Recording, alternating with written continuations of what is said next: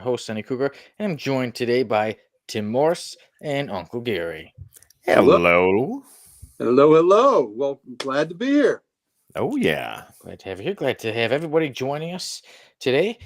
Quite a special episode of the Codex Podcast. Today will be my 100th episode on the show.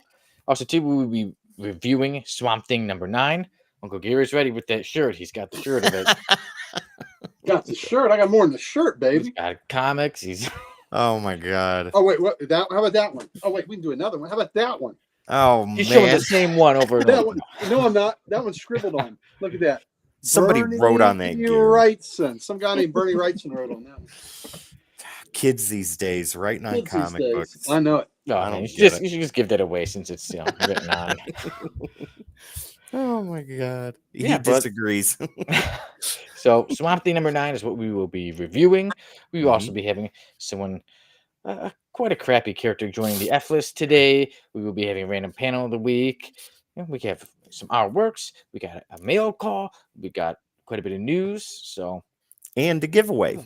Yes, and a giveaway that will be mentioned on the show, but it's up to you if you want to mention it now or on the show. Oh, yeah. Ladies and gentlemen, we're in the pre-show right now, but later in tonight's episode, pay attention because I'm going to explain to you how you can enter to get this awesome book tonight. We will be giving this away at the end of April.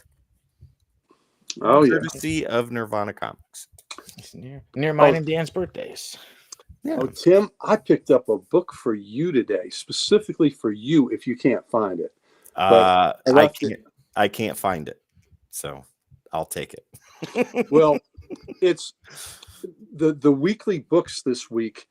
They had homage covers to classic Dracula covers in the Marvel books because of the upcoming Blood event. That's going to be a big. Oh yeah. So what they've done now, which is really cool, because when the homage cover comes out, I'll tell everybody, you know what that issue is in honor of? Honoring? And I go, no. And they printed the original issue on the back cover of this, which is cool. So for people that don't know, they can flip it and look. Well, anyway, the X-Men homage cover was to your favorite X-Men story of all time. What if Wolverine became Lord of the Vampires? Well, isn't that 11? Isn't that where Storm is on the cover holding someone? Oh, no, that's X-Men. What is that? Annual number 6? Okay, an annual. Okay, it's an annual. Yeah, but, so maybe I thought that was your favorite. It's the what if story is based directly off of that. So yes, 110%. Yeah. So anyway, it's an honoring that one. Oh, that's great. So I got you that book because we only got one. So honoring this one. Yes, it's no homage for that. I mean, if you wanted me to run up and get it, I can get it. But if you want to, you can. We're in the pre-show right now. I'd love to see it, or I can wait until you show it this weekend. Okay, you're not going to be on this weekend. No, but I'll be watching. Okay, I'll be right back. So don't talk amongst yourselves. Okay. Not to talk. No, we have to stare at each other in silence. Okay. Well, about that blood thing. What was it? A blood hunt? Blood of vampire blood hunt? Yeah, that's a new.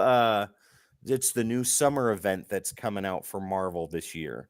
It's supposed to be title wide. Blade's the big protagonist in the story. I don't know much beyond that, but Marvel has been promoting it pretty heavy on YouTube and in the comics and things like that. So it's supposed to be pretty awesome. It's supposed to be pretty horrific. I thought there was going to be like a vampire con or something like that. I was like, really? There's a vampire con of all these people going to be like vampires? Oh my god, they're in character the whole time. Like they don't break character. I admit I got a bit excited there. The real fancy ones will drink Clamato juice. I'm a little let down that it's not a vampire con. Sonny's like, come on. Oh Lord. I heard you mention you were going to just awkwardly look at one another. Are y'all familiar with Craig Ferguson? Yes. The Scottish comic. I love him. and his show that he had on late night. Go on. I loved. Yes, I loved that show. And when he would end some of the interviews, you go, "Do you fancy an awkward pause?" And they would do an awkward pause before the break, and it was just so much fun. He is a comedy gem. I wish he would have stayed with that show. Oh yeah, and he was just winging it, right? They would the whole time. They would make the cards up with all the stuff, and he would rip them up and just throw them away, and then have a real conversation with someone. Yeah. It wasn't just promoting what they were doing. It wasn't showing clips. He'd have a real conversation. And the other thing that was great, this dude was a world-class flirt. He was amazing. Which interview did he have? It was either with Anne Hathaway or Scarlett Johansson, where he was flirting heavy with her. It might have been Jennifer Lawrence too. I can't remember. Well, they flirt with him. Three. Yeah, the women would come and flirt with him, and they would dress up on his show. Oh my goodness, they would dress up for him. And then he is always so cool. One of the things he would do, he goes, "I love those shoes." He talked about those shoes are amazing. It's just he was so smooth and so good and so quick. Yeah. So quick and so funny. All right, so here's your original. Ah, that's great. I love how it's in the milestone type format too. Right. So it's in the back, and you want to see the front. Here we go, baby. Oh man. Very cool. So that's X-Men 33, our current. We only got one of these. So I figured by the time you got to your shop, you may not be able to find one. Oh, I'm almost positive it'll be gone by the time I get there. Yeah. So because I knew that was your part of your favorite storyline. Yep. And that's direct the What If story, What If 24. Ladies and gentlemen. Okay. Yeah. If you want to hear me do dramatic readings of What If number 24, it's right there on our YouTube page. Go check it out. Yeah, one of the most popular videos from the whole Codex station. Right. Oh, he was great, Keith. He was great on the Drew Carey Show, and I've seen his live. Keith.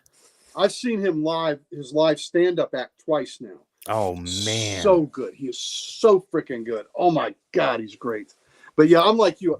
I was hurt when he wasn't doing his late night show anymore, because I grew up on Johnny Carson, and he was awesome. And then Letterman, and then Ferguson. God, I love Ferguson. I caught Carson and Letterman. Carson at the end of his run. That's when I was a kid. Letterman was what me and my dad and my stepdad used to watch. But Conan O'Brien was mine, and Ferguson if I was up late enough. Yeah, and Ferguson's show was unlike anybody else's. Yeah. Unlike anybody else's, and it was just conversations, and it was comedy. I know one of the gals that was in the office, she's blonde and she's a comedian. Oh, Angela. Angela. Yeah, she's kind I of can't thin, remember her real blonde name though. Yeah. Yeah, she came out on roller skates in the knee-high socks, tight little shorts on, little t-shirt, skated around, and she was like, "Do you like this?" But I guess, "Yeah, it's pretty sexy." Blah blah. And she says, "But do you still respect me?" He goes, "I'd like to respect you all over this desk." Oh my! I'm gonna have to find that video on YouTube.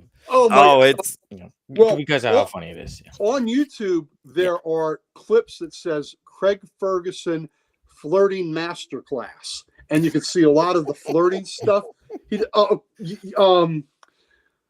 gal that plays Peggy Carter, to go back to comics, right? Peggy Carter, Haley Atwell. Yeah. And she's like Power Girl built, right? Yeah. And she was talking about how big Chris Evans's chest was. And Craig Ferguson said, "Wow, coming from you, that's really saying something." Oh my Lord. Yeah. Ladies and gentlemen, the name of tonight's episode is no longer Poopy Caboose. Poopy Caboose. That sounds like a medical problem that needs sounds like somebody needs a lot of cheese. And we will see exactly why later. Stop that. This is you know what? It sounds bad, but I still think Heavy Flow is the leader in the clubhouse. Sonny, your shirt is perfect for tonight's episode. Oh yeah, Is that a fist? Yep. Yeah, I don't even. No, we're not fisting somebody. It's a Oh my Hulk fist. God. Oh, Keith says the first $40 he ever made, he spent on a tiny black and white TV to watch the Late Show up until the top 10 list each night. Dude, fantastic. Nice. I had a tiny 10-inch black and white TV in my bedroom when I was younger too. Well, the top 10 list was just amazing. Every night you could count on it being. Oh, yeah. And Letterman was Cedar so City, good. Iowa. When he would bomb, oh my God, he was so good. But I'm older than you, so I got a pretty good dose of Carson. And Yep. I mean, I was hurt when he left. Oh my God, I love Johnny Carson. My mom was out and about all the time, and I'd be a kid and I'd be watching Johnny Carson late at night while she was gone, and be up watching Johnny and watching the Tonight Show. Carson was classy. Like he was very professional. Oh, he was, but he could be dirty too. He could be a little. Oh, dirty. yeah. So, and I love Karnak. Remember we do Karnak? That's the Ladies fortune and teller. gentlemen, I see. And the notes were sealed under Funkin' Wagnall's porch for filler. And Ed would repeat everything, and he'd say whatever it goes, and Ed would go blah blah blah, and he'd look at him because like you just said that. My favorite, I still remember my favorite.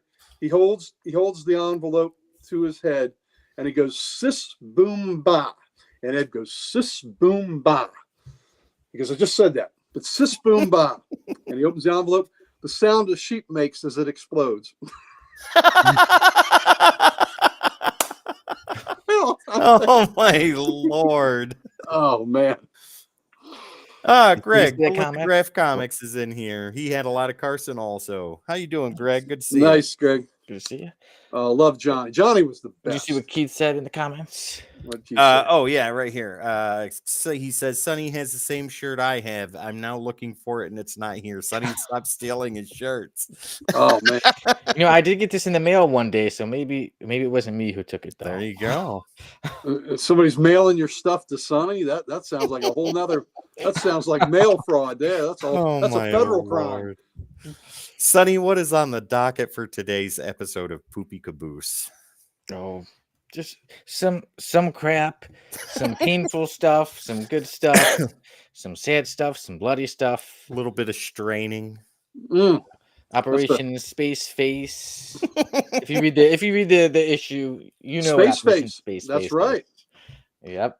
That's not what I think it means. That was almost the name of the episode, but Tim had an idea. Wait a minute. And how about that? A monster book, and the monsters aren't the monsters. Wait a minute. So Sonny tasked me. We're in the pre-show, so this will be cut later, but I'm going to do it now.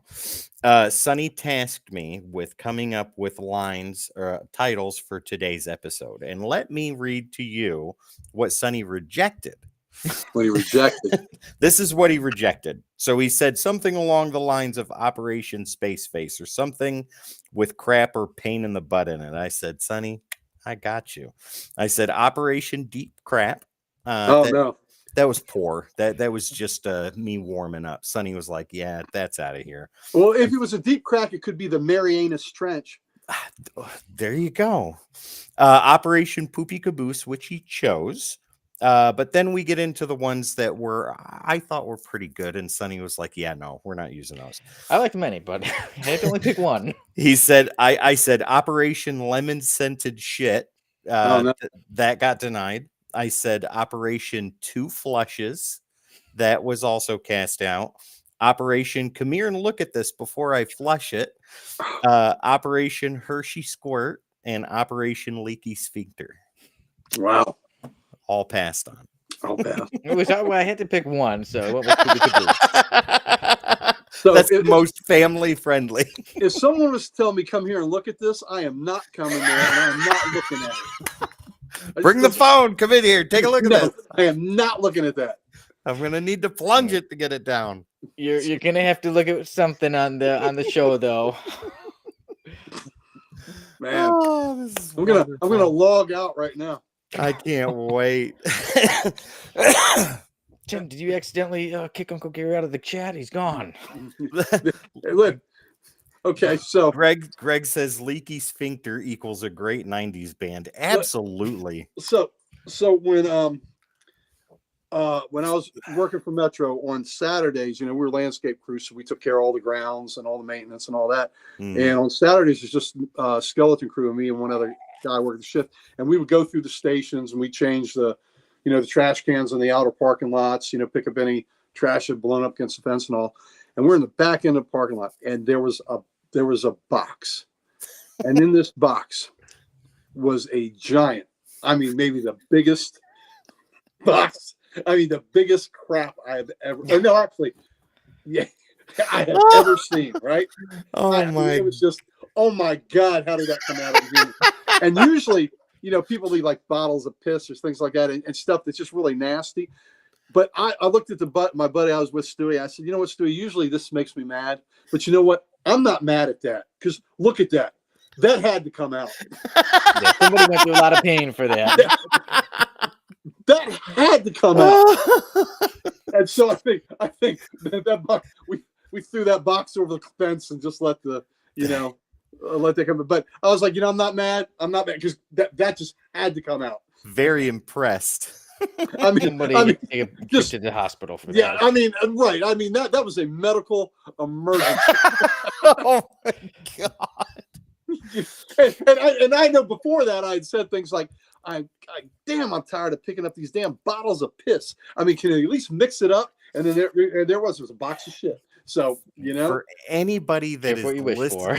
For anybody that is listening to this without video, I can only imagine what you are conjuring in your mind right now. Well, boys, before we jump onto the actual show, I need to use the restroom. Nothing like that, though. Ooh. Nothing like any of those boxes. I'll be back in literally like 2 minutes. Fair enough. Gary and I got this. So, Gary, enough talking about nasty shit. Okay, so who is the character for this week's comic character of the week? Well, on a much more pleasant topic, it is Power Girl. That's Power Girl. Right. And Power Girl is special to me. And there's going to be, we're going to struggle tomorrow to keep it clean. No, and okay, we're going to make it as filthy as possible. There was a young lady at Comic Logic today that I gave her one of our cards. I said, hey, Comic Codex Station, blah, blah. I said, we deep dive with the character of the week. Tomorrow's Power Girl. And I said, I got to be honest with you. We're going to have a tough time keeping it clean tomorrow. And she's like, I don't blame you. I make jokes about that rack too. So I'm like, okay. And we'll apologize to Pam tomorrow. Yes. Who usually watches in advance, because I don't know. Pam's taken the foot rub thing to a whole new level. Well, she did, but I'm still going to give a cursory apology. To all the Pams in the audience tonight, we apologize. To all the young ladies, to all the women in the audience that may be listening, what we're going to say for the next hour and a half is going to be very offensive, I'm sure. There's going to be plenty of... We're going to try to put our best foot forward, but you never know what's going to happen. There's going to be a lot of puns. Mounds, hills and valleys. Yep. Ups and downs, ladies and gentlemen. Motorboating. We will see the top of the mountain, and it is good. Look at what Dan says. Dan is correct. Sonny's going into the other room real quick to defile some toys. Oh, no. Oh, speaking of broken toys. So the creeper figure that I got that I showed you. Yeah, did it break? He broke in half. So what did you do to him? I told you not to let Sonny play with it. I picked him up and I went to turn him like this, right? Because his body's supposed to pivot. And as soon as I made the slightest bit of pressure, went and it fell in my hand, I said, motherfucker. And good thing I got Gorilla Glue here. So I just let it sit for a day, because I was pretty mad about it. And I came over and I stuck him together. So now he is in a permanent fixed position. He can't turn his body, but his arms and his legs and his head move. Okay. So he's fixed. He's over there by himself where no one else can push him off the ledge. So you showed it the other day. Was Sonny watching? Because Sonny's probably watching and damaged it by looking at him. Oh my God. Because he's got the abuso vision. Way to go, Sonny. Sonny, there he is. You broke his creeper figure. We can't hear you, Sonny. You're muted. Yeah, there's no defense for what you did, son. There we go. I said, I swear, my eyes, I do not have a vision that hurts. Destructo vision. And you broke his creeper figure. Here's what Keith says. He says, wasn't the reason for Power Girl's boob window because the artist wanted to see how big they could make her boobs before the editors noticed? If that is true, is that true? That's a rumor that may be true. That's great. And then Jim Balint said, "Hey, I got something for Catwoman." And oh my God. Jim Balint's Catwoman, I don't know how the hell she's running across rooftops in high heels with that luggage she's carrying around. A lot of flexibility. Dan says Sonny's action figures are like veterans returning from Vietnam. They have a distant look in their eyes, and you know they've seen some shit that wouldn't be recommended. Oh my God. They've been through some battles. They've been through some battles. You nailed it. Oh God. Whose toys don't have missing middle fingers? Come on. Mine. So we've all been there. Oh my God. Oh man. Someone's gonna break something and their toys' middle fingers gonna be missing, and they're gonna think I was playing with their toys. We already think you broke Tim's toy. I'm gonna tell my son every night that he doesn't pick up his figures. I'm gonna be like, Ethan, if you don't put your figures away, Sonny will come over in the middle of the night and break Get them and play with them. What? Play with them. Yep. Dad, I'm putting them away right now. He's gonna find one's gonna be broken. You told me you weren't gonna have Sonny here. What'd I tell you, Ethan? Sonny showed up in the middle of the night. What was it? Was it Dan that said that Sonny was the real life basis of Sid? And yes, and the Punisher shirt proves it. Yeah, it did. Sonny is the new Krampus for figures, for action figures. If you don't put your figures back in the box, Sonny will come over and play with them. That's right. I just give them a lot of love. Hey, that kind of love will throw you in jail, buddy. Don't practice that. You got the Marvel Diamond Select Captain America 1 in 100 figure? Give it here. Oops, sorry. The gal I talked to today said that she had that her dad had a Batman #1, and she was reading it and pretty much destroyed it in like the 70s when she was a little kid reading it. And I was like, oh my God. Oh man. Sonny, are you ready? I'm ready to do this. Gary, are you ready? You know what? I'm ready for the #2 bomb that Sonny's going to drop on us. So. Holy smokes! And it is going to be quite the bomb. So be ready. All right, ladies and gentlemen, sit back, relax, grab your toilet paper, and clench your sphincters. We will be back in 45 seconds. Holy colonoscopy, Batman! Oh my God!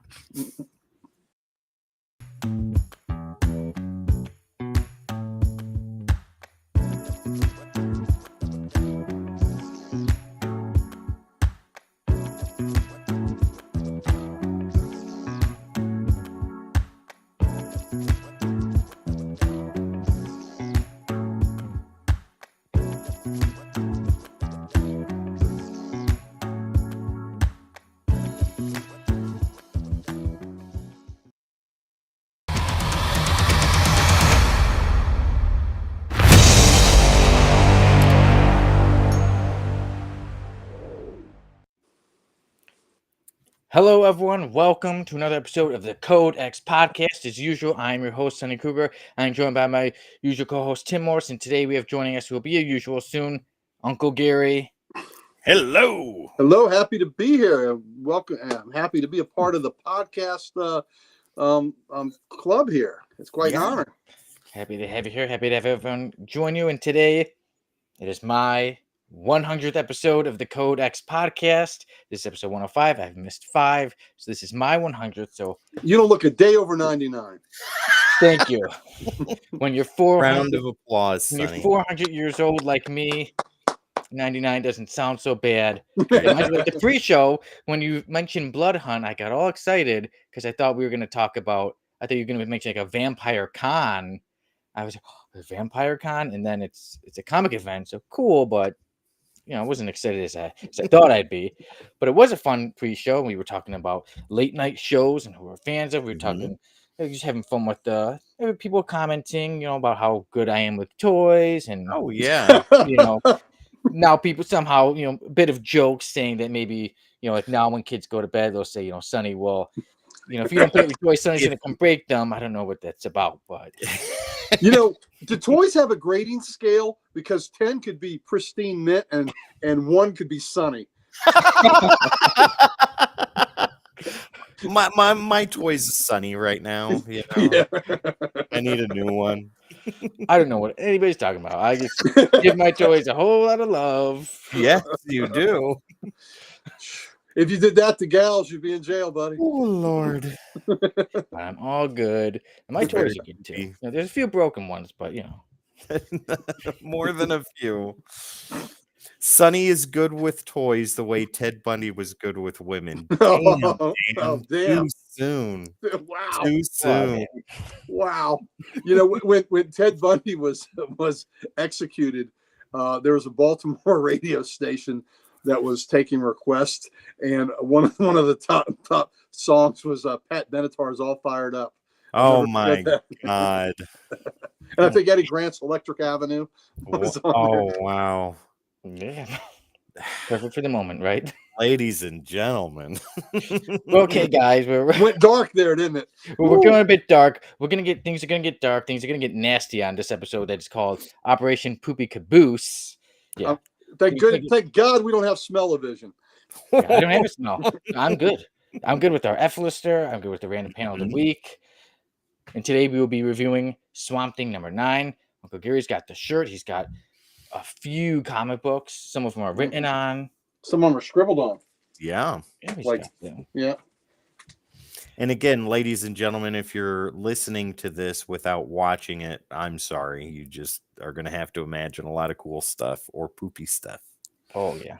Oh, there's a wait till we express our love of vegetables. Oh my God. Oh yeah. Mail call will be a little bit later too. Yeah. Our works, we got a full episode today for you. Yeah. But I'll start us off. We got some comic book news, and I'll start us off with the rundown.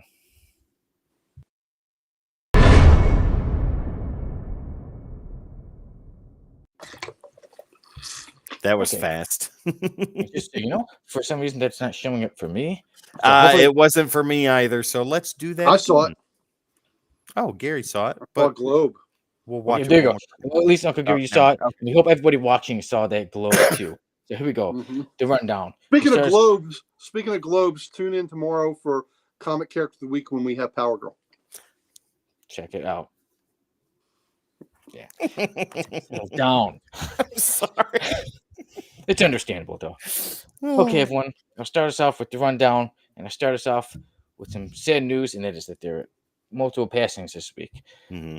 Legendary artist Mark Bright passed away at the age of 68. Also, artist Ed Piskor passed away at the age of 41. And then we do get we'll get a little bit onto both of them in a little bit, but also there was some good news, some bloody news, and that was that there were pictures of John Bernthal on the set of Daredevil Born Again. I have those pictures. I want to see those. I haven't seen these yet. Oh, you'll like them. I love Bernthal as the Punisher. Sonny, what do you want to talk about first, man? Okay. You want to talk about I wasn't sure if you were going to show the picture, but right as we were talking, we were in the pre-show. I saw in our chat, our Codex chat, that it has been announced, and it was announced by superherohype.com, and that is that Julie Gardner is being cast as the Silver Surfer. Ooh, so Julie Gardner she's known for being in Ozark, as her most known. Oh, right. Yeah. Fantastic Four, Julia Garner cast as Silver Surfer. Ladies and gentlemen, it is not an April Fool's article. This came out today. If you want to read it, go to Superhero Hype. I'm sure it will be right there on the front page. Yeah, and they're saying she's going to be a Shella Ball version of the Silver Surfer. Deadline is reporting that Julia Garner has been cast as that film's version of the Silver Surfer. So that doesn't mean that Norrin Rand is out. that just means that Garner will play a Shalabal version of the iconic comic book character. This is in reference to the Marvel Comics character Shalabal, who was the lover of Norrin Rad, the traditional Silver Surfer, and who is a member of a race of aliens known as Zen Lavians. It's unclear exactly how Garner's character will become the Silver Surfer. Garner is best known for her role as Luth Langmore in the Netflix crime drama Ozark. She's won 3 Primetime Emmy Awards. She's starred on Netflix miniseries and will be in Blumhouse's remake of The Wolfman. Nothing has been officially announced as of yet by Marvel, so take that with a serious grain of salt, but Deadline's been right in the past. She's really good in Ozarks. Oh, she is, yeah. And yes, like I said, my apologies. She's Julia Garner, not Julie. Julia Garner, and she's a great actress. But as the Silver Surfer, I want it to be focused on Norrin Rad. I think she'd be perfect as Frankie Ray Nova. Right. I like her as Frankie Ray as opposed to Shella Ball. You know, we'll see how it goes. But. This will be interesting. Guaranteed there will be backlash. But, the movie hasn't even been filmed yet, so we have no idea what's going to happen. Yeah, I already see it. Dan Kelly's not too excited in the comments. Oh, I'm sure not. Let's see here. Dan says, that's going to suck. Maybe not. The all-seeing eyes of Jamie are watching tonight. Hello, Jamie. How are you? Good to see you. Jamie, avert your eyes, buddy. It's going to get ugly in here. And Keith says, I think she's going to crush it. So we're at 50-50 right now. I am undecided. I haven't seen her in anything, so I can't make a determination one way or the other. I think she's a fantastic actress, so I'm willing to give it a shot and see. Yep. I am disappointed it's not going to be Norrin Rad, but we'll see what happens. We'll get to see Roran's nads. That is also very true. But you couldn't anyway. Everything was encased in silver. Right.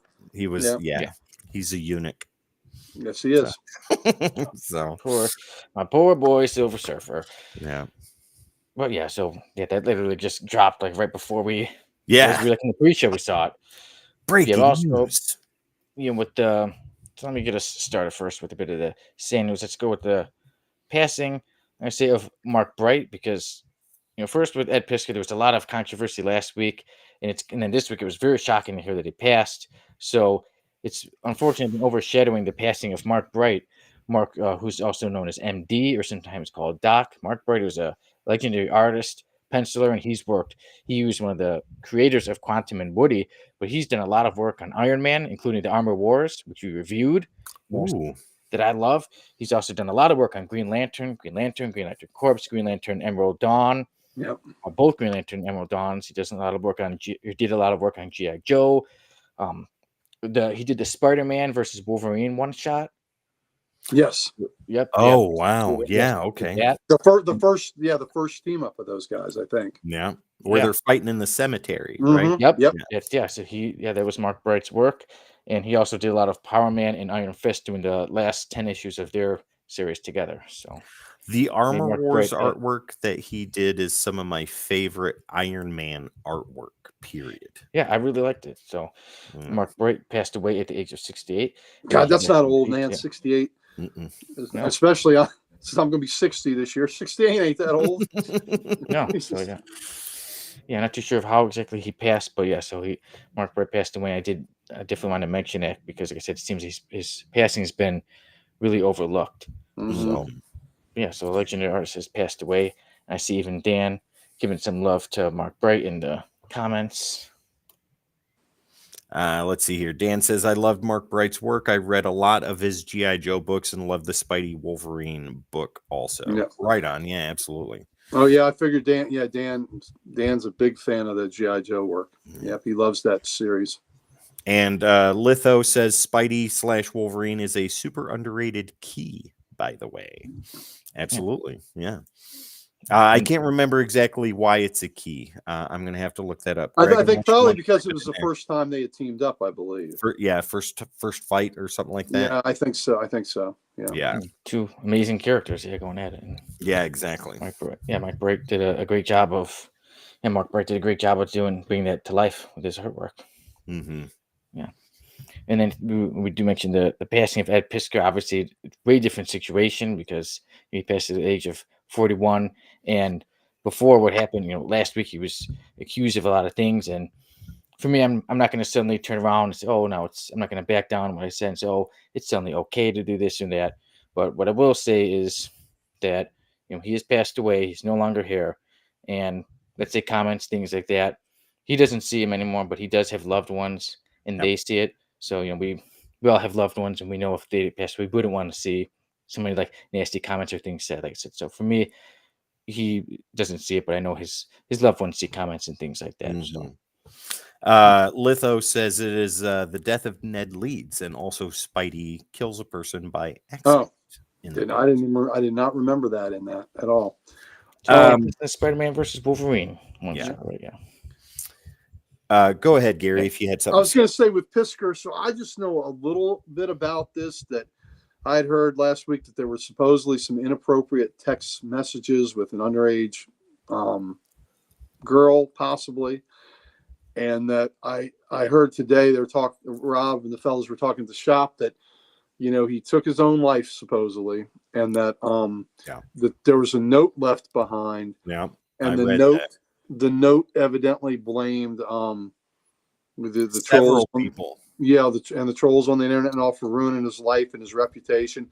He did not admit any of the things. And see, I wasn't sure whether there were allegations of him having inappropriate messages with a minor, or had he had inappropriate sexual contact with a minor. No. So that's what I don't know. So what it was, Gary, was the messages speak volumes, right?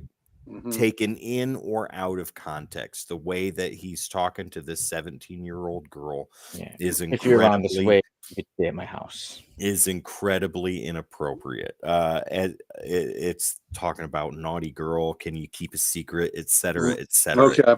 If you so it sounds like a lot of grooming stuff. That was the allegation that was going around, was that there was a lot of grooming on his part for her. Now, when she put those out, she did leave a lot of captions on her end talking about how this was incredibly creepy, this made her uncomfortable, etc., etc. And they were talking, along with all this other stuff, talking about artwork and things of that nature. So he did invite her to his house. A 38-year-old man inviting a 17-year-old to his house is inappropriate in any way you can slice it. And like I said last week, there is zero good reason for a 38-year-old man to be in a 17-year-old's direct messages for any reason at all. Like I zero. agree. If there was a 38-year-old man talking to my 17-year-old daughter when she turned 17, or my 17-year-old niece when she turns 17, I'm going to be livid. There's no good reason, and there's no good reason anybody could tell me as to why they're talking. If they're not related, then they don't need to be there. Did she go to his house? No. And in the messages you see, there wasn't any reciprocal behavior either on her part. Well, she was trying to keep it away from that, and he kept going back to it. What was the... More like sprinkling. Here's Keith's opinion on that. Those texts didn't seem all that innocent. I agree, but also his notes sound like he was just being very naive. Either way, no one is winning here. That is exactly correct. And there was a comment before Keith had about watching Robert Meyer Burnett's take on the Pisker story. Keith also said previous to that, you should watch Robert Meyer Burnett's take on the Pisker story. Not to say both sides, but it feels like a Schrodinger's cat situation where both could be overreacting at the same time. Now, here's my opinion. The court of public opinion wins regardless, right? Because we have seen this happen a million times. An allegation is put out there, whether it's true or untrue, is inconsequential in the court of public opinion. The court of public opinion is a lynch mob with torches and pitchforks, and as soon as someone is accused, it is immediate, swift, and over-exaggerating in any sense of the form, whether it's true or untrue. It doesn't matter, right? That point doesn't matter. And this is a direct result of the court of public opinion getting exactly what they wanted. And anybody who said anything negative toward him is a part of the court of public opinion, myself included, because I had negative things to say last week. Do I take those back? Absolutely not. Suicide, on the other hand, is a very incredibly touchy subject for me, and I'll tell you why. My brother passed away from suicide, not because of things that Pisker is accused of doing, but because my brother had his own emotional and mental demons that he had to battle that he lost, right? And that's why he's not with us anymore. Pisker, on the other hand, in my personal opinion, did nothing to better this situation. The only thing he did was he destroyed a family, his own, by taking himself out of the equation. Now his parents have lost their son, his brothers have lost their brother, his sisters have lost their brother, and his friends have lost their friend. There's no more time for him to say, "Whoa, wait a minute, calm down, relax. Let me explain." Right? And if he was being incredibly naive, or if he was actually grooming this woman, we'll never know. Now, the note that he left is it's something else. If you are incredibly sensitive to the topic of suicide, don't read it. It's not for you. But if it's something you can handle, or if you're morbidly curious, go ahead and check it out. It says a lot. Whether it's true or unfounded, nobody will know except for Ed, because he wrote that. But he puts a lot of blame on a lot of people. He had a $75,000 deal that was going to go through to showcase his artwork, and that fell through. His kayfabe podcast was disintegrated by Jim or Joe Rugg. I can't Jim remember. Rugg, I think. Yeah, I think it's Jim Rugg. Rugg. Cut all ties with him nearly as soon as the accusations came out. So the man had his entire world crumble in the span of a couple of hours. I can understand that that will make you do rash and terrible decisions. I get that. I understand that. However, you should. Well, I mean, it's not even you should. What I'm going to say next doesn't matter, right? Because what's done is done. So now the pieces are left, and the people that are left have to pick those up. I have been one of those people. I'm still one of those people, right? With my brother being gone, he's been gone over 11 years. There's not a day that doesn't go by that I don't think about him. There's not a day that doesn't go by that that a tear doesn't drop because my brother left too soon, right? Being a survivor of somebody that committed suicide is terrible. It's horrible. You never get over it.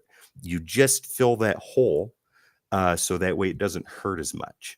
And by the way, if anybody is suffering from depression or have thoughts of suicide, call, please, the National Suicide Hotline. I believe it's 988. Sonny, if you wouldn't mind doing due diligence and getting that information, please, please, please.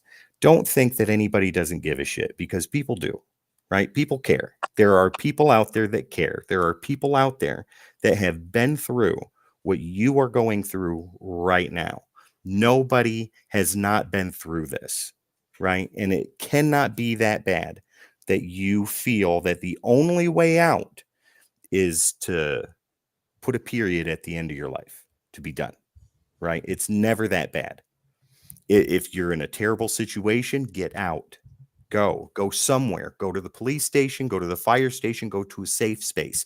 You see them all the time, the yellow signs with the person hugging a child. That's there for you. Go there. You will be taken care of. Reach out to friends, reach out to family that you trust, right? And talk to them. Tell them that you just need somebody to listen, and they'll do it.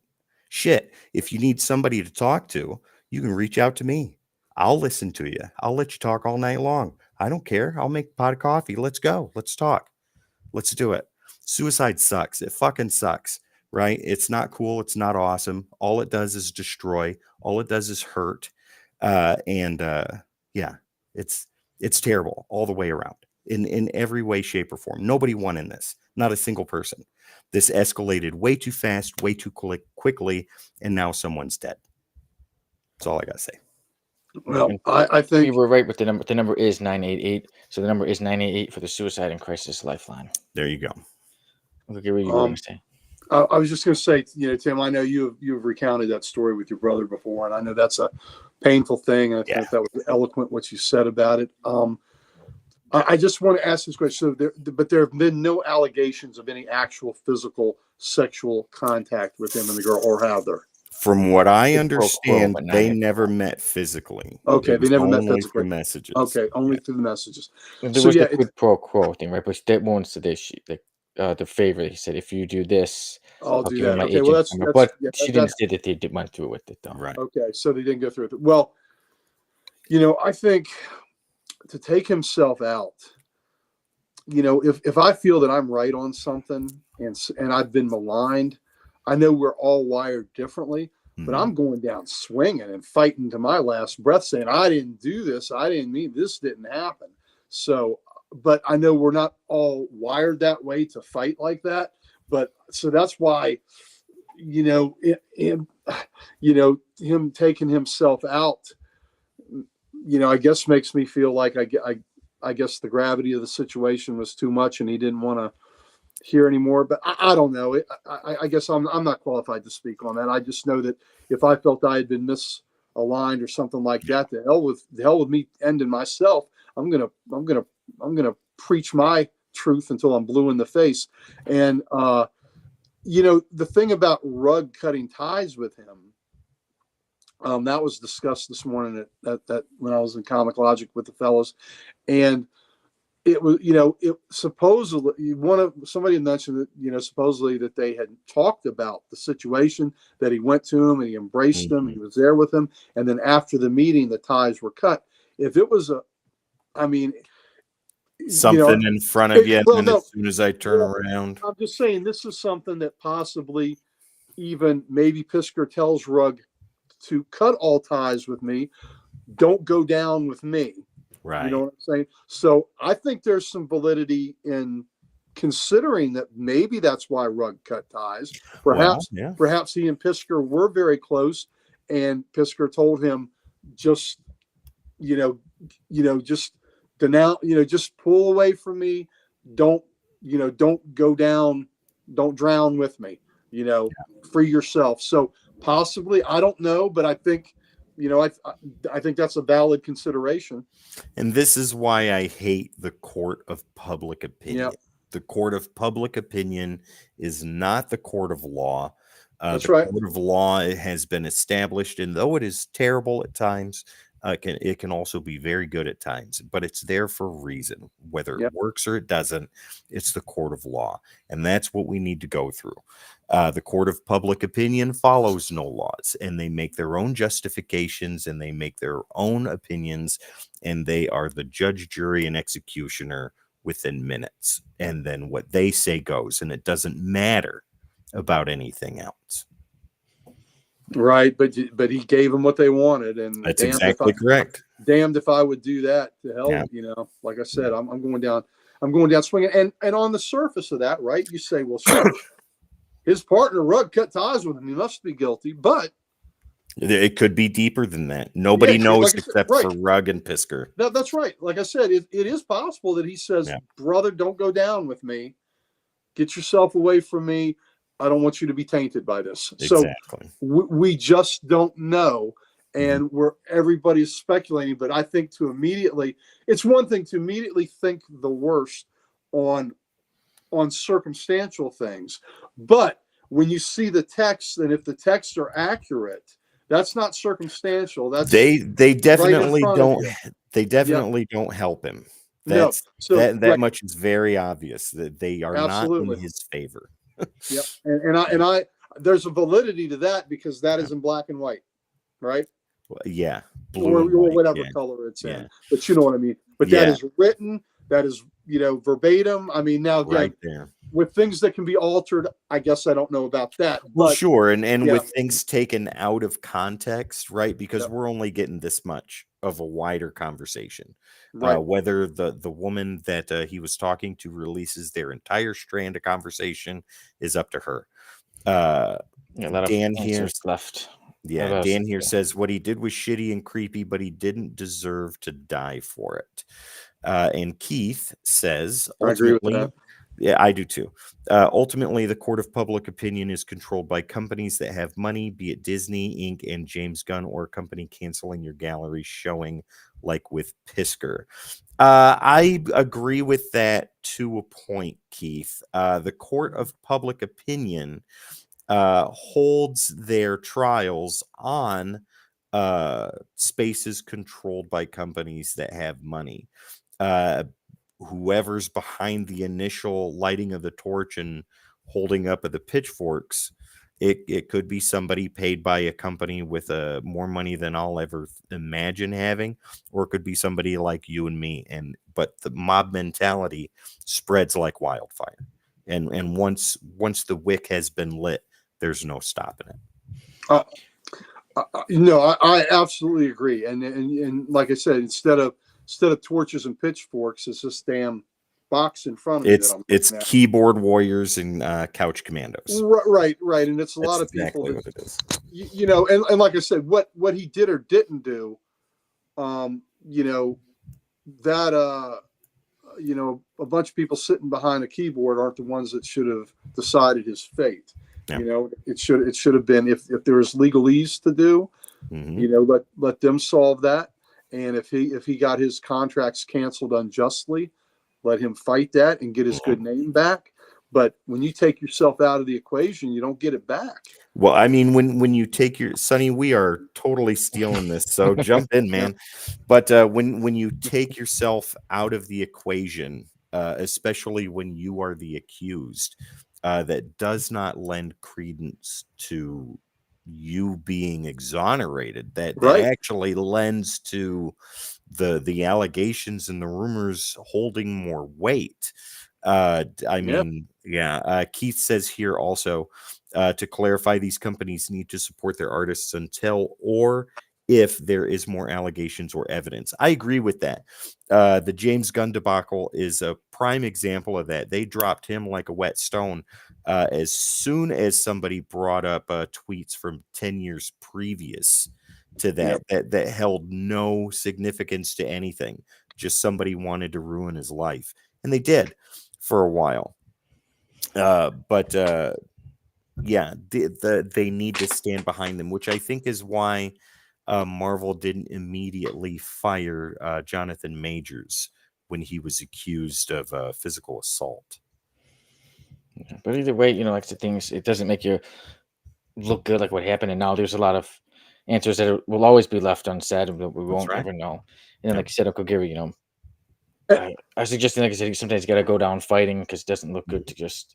But he just in general, there always is. You know, they always say tomorrow's a new day, and it's not. You know, you're not done. Sometimes things do go bad, and you know, you can't give up on life. And like you said, Tim, you know, there was the number, the 988 Suicide and Crisis Lifeline. And for me, I'm someone I don't like to get preachy, but I'm a man of God, and I believe that it's not up to me to judge, that it's up to God to judge. So, you know, now with that, I think I agree with that, and I guess the thing that I think that I find really disgusting is in this, he's taking his life, right? And you know, there's some of these assholes out here online that they take pleasure in that. Oh yeah, they're happy that it happened. Right, dancing in the streets. And that is just garbage. That a man has taken his life. He felt, and if he says, "Well, I'll show them," you gave them what they freaking wanted, dude. I mean, that's what some of these lowlifes thrive on. Absolutely, and you empowered them. Oh yeah. So that's the thing that really gets me the most. And this young lady that this happened with, you know, she's I bet got to deal with the blowback of this now. I'm sure she wanted to bring she does too. And the thing is, I bet she didn't want anything like this to happen. She was telling her truth, you know. Yeah, she definitely does have the right to tell. But damn right she does. Absolutely. But she's gonna, I'm sure, feel some residual pangs on this if she's a human, right? If she's a human with normal range of emotions and all that, I'm sure that she is feels real bad about this. Now But there's going that to be shouldn't prevent anyone in the future from telling their truth. You got to tell your truth and put it out there. But it's Yes. just there are just so many ripples to this, so Well, I many mean, lives affected by this. now because of this, people are going to put the burden of responsibility onto her, and it is Yes, not hers. It's no, his because that's he right. chose and he decided and he followed through. Right? Yep. That's his burden of responsibility, and he took that with him. That's not her burden of responsibility. What she did, uh, started the chain of events. What she did was not wrong, No, right? What no, it she wasn't. correct, that she brought this information to light, and let it be known, hey, when I was 17, this 38-year-old man was reaching out to me, whom I thought was a friend, but started talking to me incredibly inappropriately, Yep. and made me feel incredibly uncomfortable. This is part of what happened, right? But the burden of responsibility for his actions doesn't belong to her. That's Yeah. right. That age, I mean, you're talking to a minor like that. Listen, I drive high school kids on the bus, and I'm very careful how I speak to them, what I say to them, because I don't want anything to be misinterpreted. I'm kind, I'm nice, and all that. But, like I joke with y'all on here, there's no jokes like that anywhere near that Dan venue. Dan makes a Yep. good point. I completely forgot about that because we were so hyper focused on this one person. There Yep. was more than one woman that had come forward also with allegations of what Pisker was saying to them. So it's Yep. not all on her Yeah, shoulders. because there was the That's woman great. who was saying that he had said, "Oh, if you do this for Oh, me, then you yeah, get my agent's number." So yeah, there was. the quid pro Yeah. quo. And that's the first thing you learn in sexual harassment training, ladies and Yep. gentlemen. That is This no. for that. No. Just This be for common. that. It should just be common sense, dude. Don't be dirty. Don't try that with people. Come on. Yep. I'll Gary, be if you dirty give with you, me a fellas. So if you give me a Swamp Thing number 9, I will give you good time. yeah. At least $110 worth of one. Go. Speaking of good times, now we can move the Yeah. show on to some nicer things. We could talk about those pictures. But yeah, so Yes. Bloody John Bernthal on the Look at set of this. Daredevil, Born Again. So there we go. Oh Yes, man, Look at that guy. bloody. that's a hard day at work there. You know what I like more That's a about fun this? day. I think it's a fun day. One I day at like work. the fact that he is in the suit. We Yep. see the skull. That is most important to me. And then there's Mm-hmm. this one too. Nice. How about the two of them together? That Daredevil suit looks magical. It does. It's shiny. Oh, Yeah. so good. So I mean, we'll keep you updated with more news on that. Obviously, there's no release date yet for Born Again. Yeah. What year is that? Not yet.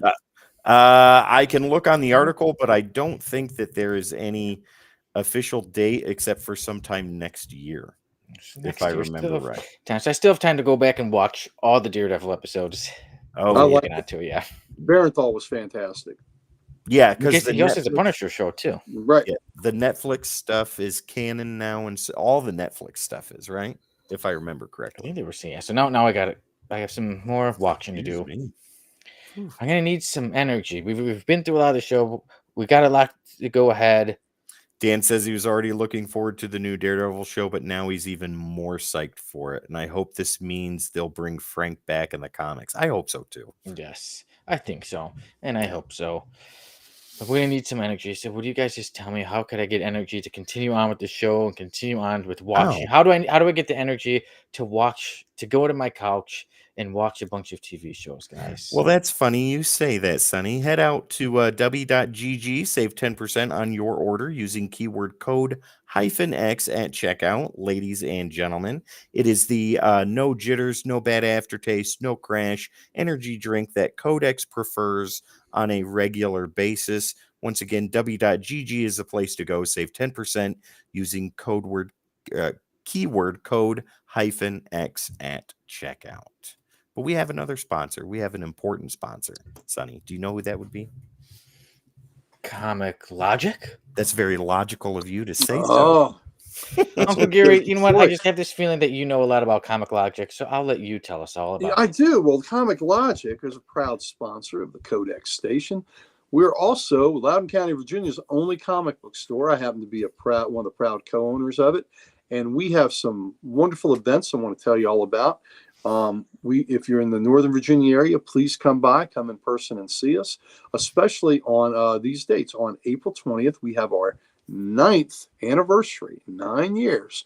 We have our 9th anniversary. Come in, say hi. There'll probably be refreshments, maybe a little bit of cake, something like that. We want to tell you, thank you for patronizing our establishment. Probably be a sale or two mixed in. So, but please come see us on our anniversary. Now, a really big event is on Free Comic Book Day, which is always the first Saturday in May. And this year, it's May the 4th. So it's Free Comic Book Day and it's Star Wars Day. And to commemorate that special occasion, that special crossing of those two worlds intersecting in one, we have Mr. Brendan Wayne will be signing autographs. Mr. Wayne is the fellow that plays in The Mandalorian. He is the Mandalorian. When the helmet is on, that is him doing the acting. So, also a little side benefit that old guys like me really love is Mr. Brandon Wayne's bloodline is Hollywood royalty. He is John Wayne's grandson. And I can't wait to meet him because to me, I love the Duke. I love John Wayne movies. I grew up on them. Me and my grandfather watching them. So John Wayne is the man for me. And to have his son or his grandson, who will be taking a tour of the Library of Comics here. Oh, yeah. It will be pretty awesome to have him in this house, and I'll have him sign one of my John Wayne books. So I think that is going to be pretty awesome. So I look forward to that. So please come and see that. And then our last event I want to tell you about is on Sunday, on May 19th. We have our Spring Lot Con. So twice a year, we turn our parking lot into a mini Comic Con. There'll be comic vendors, there'll be toys, there'll be local writers, local artists, and you can come out and purchase their wares. Come see us. I'll be running around all day. My best friend Mike Harbour, another co-owner, our principal co-owner Rob Kalin will be around, and you may get some Codex royalty there because the last one, our Fall Lot Con, we had Dan Kelly and Sal the Slab Guy there with their families. So look what turns up. Look at all these wonderful comic folks intersecting in a single place all at once. So come see us on that day too. But Comic Logic, Loudoun County, Virginia's only comic book store. We would love to make your acquaintance. So come see us. All right. I think there's gonna have to be an on the spot on that one. Oh, There will be. Yes, we need that. All right. Well, first Keith had a message. Canadian Survivalist says hashtag good vibes. Good to see you there. Hope you're surviving up in Canada. Great White North. Keith says, I'm glad the new Daredevil show is 18 episodes, more than a movie, less than 2 seasons. Everyone wins. Wow, 18 episodes. That's nice. big. I'm excited. It's going to be Hey, great. Full season. Daredevil Born Again, how we were just showing the pictures with the Punisher. That brings us to It's Mail Call. Ooh. And this one's a special one with the Punisher. If you'd like to make me bigger on the screen. Oh, that's me. There you go. Uncle Gary, not too long ago, you were telling us about this Punisher story called Punisher Warzone. Oh, did you get it? Oh, so I got it. Yes. And I was looking for it. And so there it is. I'm excited to read it. But it was normally a bit of money. And then I happened to find it for like $20 with quite a few other Punisher comics. Nice. So there's this one of the Punisher. War Machine, nice. That's cool. And also came out Punisher Warzone issue 2. Great John Romita Jr. cover. And then I came with a lot of these Punisher comics with by Edmondson and Gerads. So Punisher number 1. Number 2. That's the Marvel Now era of the Punisher. Yeah, they gave me quite a few of these were in there. Then this was 3. Wow. 4. And keep in mind this is $20 like all together. This is a great deal. Yeah, I had to jump on it. There we go. The trade for $20 was worth it just for the trade. Yeah, I'm like, extra comics, I'll take it. So you're gonna love the story. I'm excited for it. I really like this cover. I think that's because you read it too, all right, Tim? Oh yeah, I read it the day after Dark when you recommended it. Oh, 13. It sounds like after Sonny reads it, we need to have that needs to be one of our Ooh. reviews. I'm 14. down for Sonny? that. I'm excited for because I'm like, man, it's gonna be a good one. I'm excited for it. Oh yeah. 15. Oh, that's cool. Wow, look at that. 16. Oh. Sonny, you hit a mother load, man. You hit a banger. Oh yeah. Did I you get the truly whole got a run? deal. Not the whole thing. There's 17. I love And that. there's 18. Yeah, so I was really happy with that deal. There's my mail call. Nice. Wow, that's fantastic. Like I said, I was happy, like I said, just to find Punisher Warzone alone for 20. I'm like, there we go. And it's like with all of these, all right, Well, I'll take it. Sonny, you're not the only one that got stuff in the mail. Oh yeah. So, I'm really excited to know what Uncle Gary got. But first, Tim, would you yeah. show us what some of the stuff you got? So Uncle Gary shows us some of the healthy stuff he got. Healthy eating, a vegan lifestyle. So on over on another corner of YouTube, West Coast Dave Vengers. If you haven't checked it out, go check it out. He does a comic book sale on Wednesday nights, like late nights. He's Pacific Coast, so I think it's around 10 or 11 when it starts. But he sells comic books on YouTube, and I go in there every so often with a set amount that I'm going to spend, about 50, maybe $60, and I usually come away with some pretty sweet stuff. So first things first, I'll show this off, this awesome magazine. Gary, do you remember the Marvel Year in Review magazines? Yes. Okay, I was able to get one of those. Not issue 1, which I would have loved to have, great McFarlane cover, but I got issue 2. Look at that. Nice. Yeah, pretty cool. Cap looks like he's hanging out on the corner. He's in designer superhero wear. Oh yeah. Yeah. There you go. Fingers in belt loops. He's ready to either steal your girlfriend or Steal your boyfriend. Who knows? Yeah, it could be boyfriend. Freedom. One of that the was here in 1990, right? Yeah, that's 1990, the year in review. Great year. Yeah. For Cap exhibiting some sex appeal there. This is the Incredible Hulk Ashcan edition for the wedding. Oh, cool. There you go. Yeah, I'm in an Ashcan's vibe right now. So have you read the issues leading up to that? No, I have not. I have the Epic collection leading up. Yeah. Have you read it? The Bachelor Party? The Bachelor Party. The film they view was quite epic. Cap had to watch it through his fingers, like that. And the star of the movie was quite unexpected. We have talked about this before. Tim, would you show that one again real quick? Oh yeah, this is the Ashcan edition. So I got the Epic collection. It's Hulk Epic Collection, Future Imperfect, but that's the cover. That's the issue that's on the cover. And it was when I was about to move in with my fiance Maria, and she said, "Oh, your book came," and she's like, "There's a little sticky stuff on one of the parts." She's like, "I cleaned it off." She's like, "But it came in the mail." She's like, "There's a little sticky thing." It was on She-Hulk. No. I don't know what it was, but I was like, I don't know. I hope nobody did anything to my comic. We need a black light so we can check this over. Yep. Okay, that's going. I hope it wasn't a scratch and sniff. So you better hope it smelled like pineapples. I can't smell, so I don't know. All right, moving on. So we can get healthy here in a minute. Spawn number 62. Enjoy that, Angela cover. Oh, look at that. They're very nice, Angela. Gary, I'm taking your advice and I'm getting as many spawns as I can so I can then sell them all off and buy a huge Silver Age. What issue is that, though? This is 62. Yeah, it's the ones after. I know. After 100, where the print runs were down to 10 grand. When I sold the ones before 100 aren't worth hardly anything.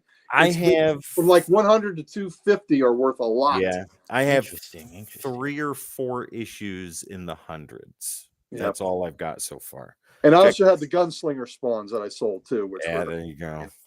I like when they cover it's all like it's Spawn, but it's like Angela, and then they can barely see Spawn at the bottom. This is an all Angela cover. Yeah, 110%. That's Capullo and McFarlane. McFarlane, I think, did the inks.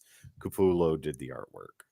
Yeah, that's an awesome cover. And that is minty fresh, ladies and gentlemen. Gary, this one's for you. This is Detective Comics number 384. 384. Batman and Batgirl, and this is from 15 1969. center, I bet. Nope, 12 12. cents. Oh, it's 12 center. Okay. It was getting ready to go to 15. Yep. I loved the logo where they had Batman on one side and Batgirl on the other. Oh yeah, and the whole third. Mm-hmm. Who was I know. the mysterious she? I love the big mastheads like that. Yep. Yeah.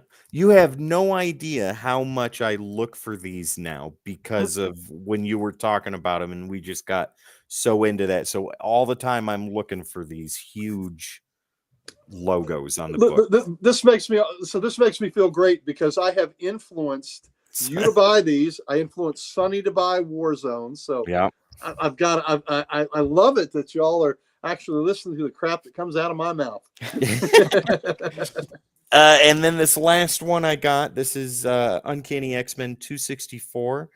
This is an Avenger on the cover, Gary. So it's a beast, all right. Yeah, an Avenger in an X-Men book. But it's a newsstand, and it is also a Mark Jewelers variant. Oh, there you go. Look at that. Oh, wow. I got a more. That's a great cover. Isn't it, though? Yeah, that is one great. of my favorite beast covers. I got Forge in the corner box, right? Yeah, up here. Yeah, but the thing I love most about it is Sal's not here. So this is an Avenger making a guest appearance in an X-Men book. I love that. So thank you. Thank you for welcome. that. Yeah, so you don't see that very often, ladies and gentlemen, because they fight a lot. So that's there you go. Enjoy that. Mark Jewelers variant too. So that's what I got. Keith says here, I remember in 2001 when people were trying to push early Spawn issues at our store from the early 90s boom. Yeah. Dan says that's a weird Avengers logo at the top. I don't know what's good with the Avengers. Yeah, exactly. Gary, you got some mail too. Oh, well, yes. Mail. I picked these up in person, so I don't know how, because I know one thing you said to go ahead and show the Superman. Yeah. This is the John Burns Superman, God almighty statue thing. It's plastic, but it's still pretty cool. That is awesome. It's Previews magazine puts them out, but it's based on John Burns artwork. And maybe for one of the After Dark shows, maybe I'll have him out and about. But right now he's trapped. He's encased in kryptonite plastic. You weren't supposed to show me my birthday gift already. Oh, I wasn't. Be a surprise. Well, the birthday gift, you have to come over here and earn it, sweetheart. Oh, that's quid pro quo right there. Yeah, that's quid pro quo. That's right. And that's illegal. Gentlemen. Speaking of things that should be illegal, now I'm going to warn you. I'm going to show you an incident of fun with food, but like they say on the news, these images may be disturbing. So if you're not up for it, please avert your eyes and just you'll have to listen to the reactions. Now, also, if you don't enjoy this image, it is Sonny's fault because he gave the go ahead for us to show this book I got. Front and back. Oh, yeah, we show the front and back. Yeah. This is a book I guarantee you nobody watching has ever seen. I've seen it one other time with my buddy, my dealer, my personal comic dealer, Damian Hill of Warthog Comics, WARTHAWG, and Warthog because he flew the A-10 in Desert Storm. So that's why it's the Warthog. That's what that plane is. But anyway, he got a copy. I said, you have got to find me a copy. He found me a copy, and this is only the second copy he's ever seen. But if you're ready, it is entitled Vegetable Lover and Other Spicy Stories. Woo! What is that? That is a whole lot to take in. Vegans, get ready to blood. Vegans, get ready. And I mean, the butter dripping off that corn. What did she say? When she took a bite, what did she say? Yum tasty. Yum tasty. Lord. That's right. So, my goodness. That carrots in there, yeah, cucumbers, cucumber, pepper in the back, onions, carrot, a big carrot, but the corn with the dripping butter. There's broccoli way back there too. And yes, the broccoli too. Everything you need on your dinner. Right. And for all your vegetable needs. Now, I will say this. She looks like a healthy corn-fed lass. I will say that. See, yeah. So, now the back cover thing every day. The back cover is pretty funny too. So, oh my God. Horrible honeys. Horrible honeys. And there's a bunch of these in the book, and I can't show you pages in the book because there's random nudity in the book. But on the back, let's see. Horrible honeys, Miss Grabby Hayes. Don't let this seaweed sweetie know you have a crush on her, or she may return the favor. Consider this lady armed and dangerous. So we've got a whole bunch of punny little femme fatales there. Snoop, you are not late. You are on time, Perfect sir. timing. Chris, I saw Chris today. And Chris, shout out to Chris. This is another man served his country for us. Thank you, my brother. I always appreciate your service. But why did you serve your country? Because you wanted to be a vegetable lover, like because the freedom to have a book like this, pornography. Keith right. did not come here for that nastiness, this sir. is pornography. Keith, that is excellent. But Chris, this is one of the books I got from Damien. He's only seen this book twice, as have I. He has a copy. I have a copy. And Chris, I know you, buddy. I know you need a copy of this book. So put there those you go. vegetables on a simmer, ladies and gentlemen. That's right. Calm down. Calm down. So, vegetables are good for you, evidently. Because again, look at that last. Look how healthy she is. Yep. So, and she's got a little nurse she's been hat losing on, weight. I'm gonna be she's like losing weight because she's losing her outfit. Yeah, she's got a little nurse hat on too. So there you go. So she's some kind of medical professional. Yes, she's a medical professional. It's what I went to combat for. That's exactly what you meant to combat for. Wow. And I knew it was, Chris. So wow. You'll only see it here on the Codex station, ladies and gentlemen. We have got lover. We have got the puns coming out like corn from a stalk. We have got right on time Snoops that went to combat for vegetable love. Ladies and gentlemen, you can only find this here at Codex. You can only find it here. and again, I got this from Damien Hill, who has the perfect issue of Amputee Love. Oh my God. If you've never seen the cover of Amputee Love, we can't even show that cover. I am so ashamed. Don't be ashamed. Chris, you have no shame. Who are you fooling, buddy? Love your vegetables, Snoop. Love your vegetables. Yep. There's loving vegetables, and then there's loving vegetables. No judgment here. No judgment. Oh here. My Lord! But I know something I'm on the hunt for now. What is? I know an issue I want. With those next time maybe you see two each, I'll be like, "Do you have a vegetable? Who has the vegetable lovers comic books?" It's by Eros, EROS. You're gonna get a shady guy that'll be like, "Excuse me, Sonny Kruger." Yeah. Over here in Alley, come on down by the restrooms. I'll what get you into asparagus or broccoli? What do you want? Or turnips? You want some turnips? Oh my God! Whatever podcast shows you a book like that, right? Oh my Lord! Only at the Codex station do you see one of the food groups represented so sinfully. And vitamins too. Snoop says she needs her vitamin D. Well, hopefully she goes out in the sun and gets it, because that's where you can get it. Well, when she's tending them vegetables, she's out in the sun. Yeah, she's got all she needs. Oh my Lord! She doesn't have a shirt, but she's got all she needs. Right. But Tim, I mixed up our works and mail call. That's all fine. But speaking of comic books, Tim, would you like to tell everyone how they can win a comic book for themselves? I would love to do that. So, ladies and gentlemen, enjoy Gary's beautiful mug for 2 seconds. There it is. Now, let me show you this right here, this beautiful comic, Feral #1. This is the store exclusive for my local comic shop, Nirvana Comics in Knoxville, Tennessee. And once again, they have been gracious enough to pass this along to me so I can give it to you. Now, there is a really easy way to do that, and I'm going to tell you how to do that right now. First off, you need to be subscribed to Codex. If you haven't done that, go ahead and hit that subscribe button right now while I give you the rest of the instructions on how to win this awesome comic book. Now, this is going to be given away throughout the month of April. So at the very end of April, the last After Dark that we do, and I can tell you what that's going to be. So it'll be April 26th. That's the last, or not 26th, April 27th. That's the last After Dark we'll do for the month of April. We will be giving this book away. So now that I have talked long enough for you to find and hit the subscribe button for Codex, all you got to do now through the rest of this episode, starting now through the rest of this episode, if you haven't entered in already, type in hashtag giveaway in the chat right now, whether you're on Facebook or you're on Twitch or you're on YouTube, wherever we're live streaming right now, type in hashtag giveaway. We'll take that information down. And then on the 27th of April, make sure you're there for Codex After Dark Comics Unleashed live on Saturday at 11 p.m.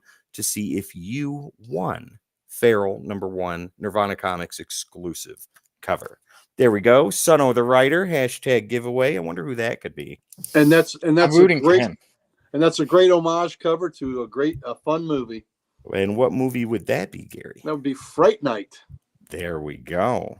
All right, ladies and gentlemen. So now throughout the rest of tonight's episode, if you type in hashtag giveaway in the chat, you will be automatically entered in to win that cover.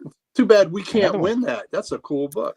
That's right. Gary, you could win that, though. All you got to do is say hashtag giveaway. I don't think that's fair.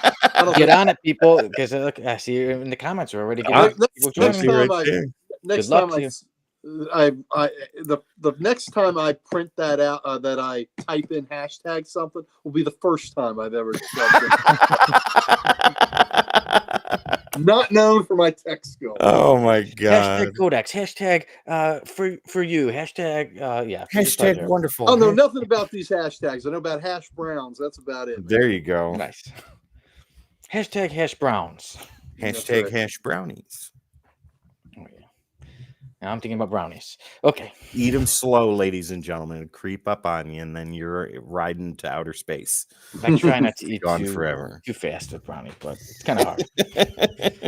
You, Keith, one I bite, got you bite it. You take one bite of a brownie, and before you know it, you've eaten 3 already. That's right. Speaking of the Browns, onto the F list. Oh, First, we're not skipping that random panel of the week. I know you're excited for that F list, but oh, jeez. we'll get to it. Okay, so first, Ugh. we've been up to some our works, and I'll mention that there is a new show. It is X-Men 97 reviews. First Mhm. episode was me and Sal. We were reviewing X-Men 97 issues 1 and not issues. Episodes. Episodes. Yeah. Getting excited about all the issues, but yeah, we were reviewing episodes 1 and 2 of X-Men 97, and then the next episode will be Sal and Dan reviewing it. Yeah. And last night I was gonna tell you all. I'll share it now. You know, the episodes air at 3 a.m. and I'm normally up at that time, so it was one of the best countdowns I've ever had for anything because I was finishing my episode 3 of a series about a series. That was exporting. I was waiting for it to export. I was waiting for it to 3 a.m. So I pulled out I was reading some X-Force comic books, and I was reading, and then it hit 3. So I finished my episode of a series about a series, episode 3. It is finished. So now I'll make a trailer on Friday. Should tell everybody their actual release date. So later this month, finally, after over a year working on it, episode 3 of a series about a series will come out. So finally I can relax a little bit. I can get to some more Code X stuff. I'm So glad that's- to see it. I can't Well, wait. congratulations. Thank you. So that's a bit of what I've been up to. And then, as usual, Codex has a lot going on. Like I know Comic Character of the Week. Tomorrow's set to be Power Girl. Power Mhm. Girl. Yeah, Gary, go ahead and give us a little bit of information on Power Girl, our character of the week this week. Oh, Miss Karen Starr, first introduced in All-Star Comics 58 from the mid-70s. And that first cover is such a great cover with her, the Robin of Earth 2, and Star Spangled Kid on it, drawn by Mike Grill. You know, and right if you want to hear an interview with Mike Grill, that's something else that the Codex station has. Myself and the wonderful Dan Kelly did an interview with the legend that is Mike Grill. So And that was a long interview, too. it was a long interview. He was chatty. We were chatty. It was great. And his wife said it's time to be done. His wife. Such killjoys, right? Such killjoys. But that was a great interview. That was a really great interview. And he's one of my favorite artists. So, you know. Mine too. I had a lot to talk about with him. Keith here says, to be fair, we all mostly watched X-Men on Saturday mornings back in the day. That is absolutely true. Good times. Good times. And after school, too. So now I don't have Disney Plus, but I did watch. I have the whole 90. I watched the 97 series as it was coming out, and I have the DVD set of it all. Sonny, are you loving what you've seen so far? Because you are the guy that you've been waiting and waiting. Oh yeah. Yeah. Oh Yeah, yeah. it's Like I said, good. 3 a.m. I'm ready to watch. I don't want anybody chance to spoilers, and I was a little nervous. But oh yeah, I'm loving it. So that's why I was like, yes, definitely. I'll make sure to get onto that first one, especially for the review of the first 2 episodes. And I'm looking to do more episodes as well. But yeah, so Very good nice. times, enjoying the show, and of course, like I said, 3 a.m. earlier today, I was up and I was ready to watch. And next week, you know what I'll be doing at 3 a.m. Watching X-Men 97. You know, I've watched some stuff at 3 a.m. I don't know if I've ever watched cartoons at 3 a.m. For me, it's just a normal 3 a.m. It's just a normal. It's like almost like 3 p.m. for me. Okay. It's just too different. Yeah, Gary, the I'm up at 3 a.m. animation and 3 p.m. The animation in the show X-Men 97 is Looks just like the fantastic. original, right? Better. Oh, much better. I Okay. think it looks better because they're not outsourcing or whatever. It's all streamlined. Very, very good. The show has grown up along with us. Nice. And it shows, and it's really awesome. Yeah. So, Well, so I look hopefully forward. I'll buy the DVD set of his how I'll get. Oh yeah. hopefully they make because I know my brother Eddie, he loves getting like DVDs, and he's like, they're stopping making this DVD. They're not making wrestling DVDs anymore. So yeah, You know, DVDs, that's we just gotta too much hope. money. You know what? Not everybody's stream. You know, it's just too much money. I can't believe they won't make DVDs of it. I still love to have DVDs. I still like to have them in my Yep. collection. I do.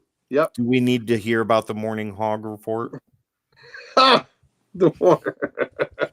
well, the Morning Hog report was always delivered by Ned Beatty with banjo music playing in the background. Oh my Who's god. got the banjo? Anybody? No. Yeah.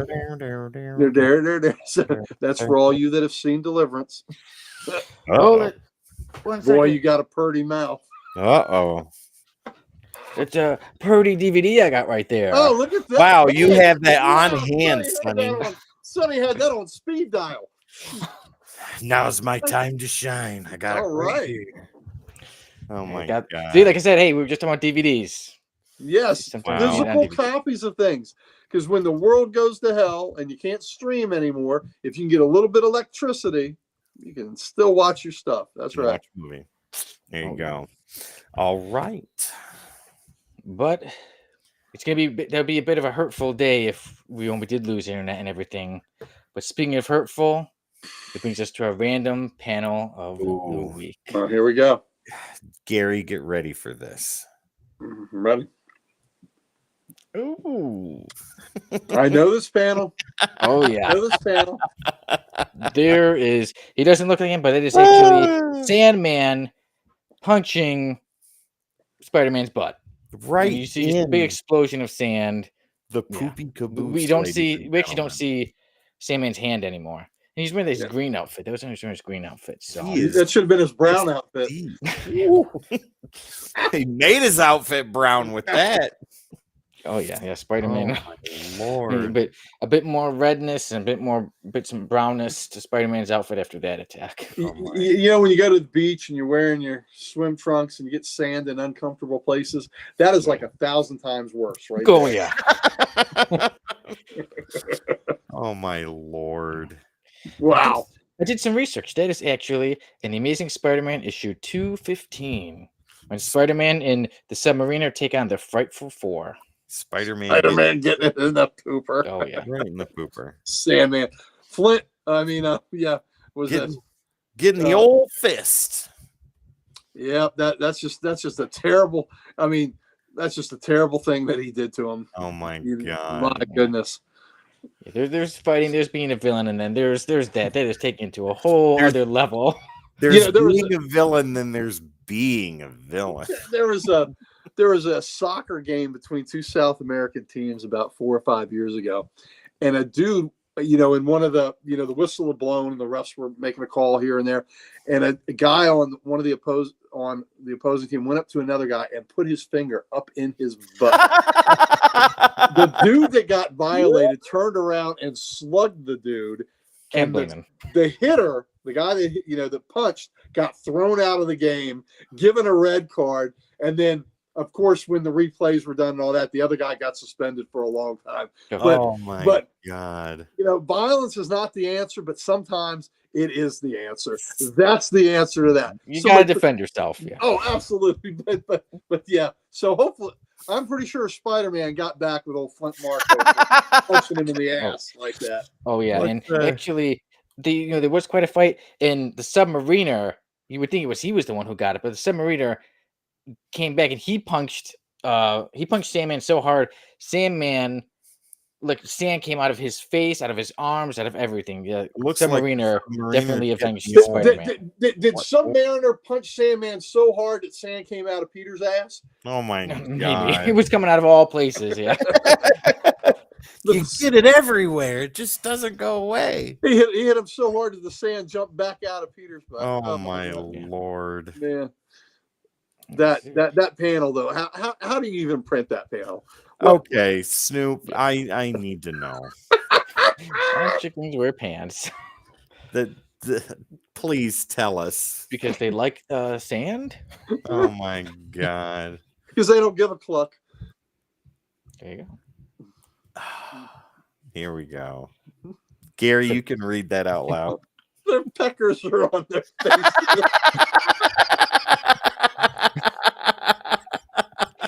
There you go. Oh man, this is Operation Poopy Caboose is in full effect, ladies and gentlemen. Right, it's just redundant at that point, right? Yeah. Ooh. Oh Jesus, that's good. What's next on this shit? Oh yeah. Oh, it's gonna be a crappy. When is YouTube yanking us? It's coming out. Maybe after this crappy F-lister. Okay, there you go. Okay. Oh yeah. Speaking of which, Sonny, you already saw it, ladies and gentlemen. I got a new intro card for the F list. Get ready for this. Oh wow, let's see this.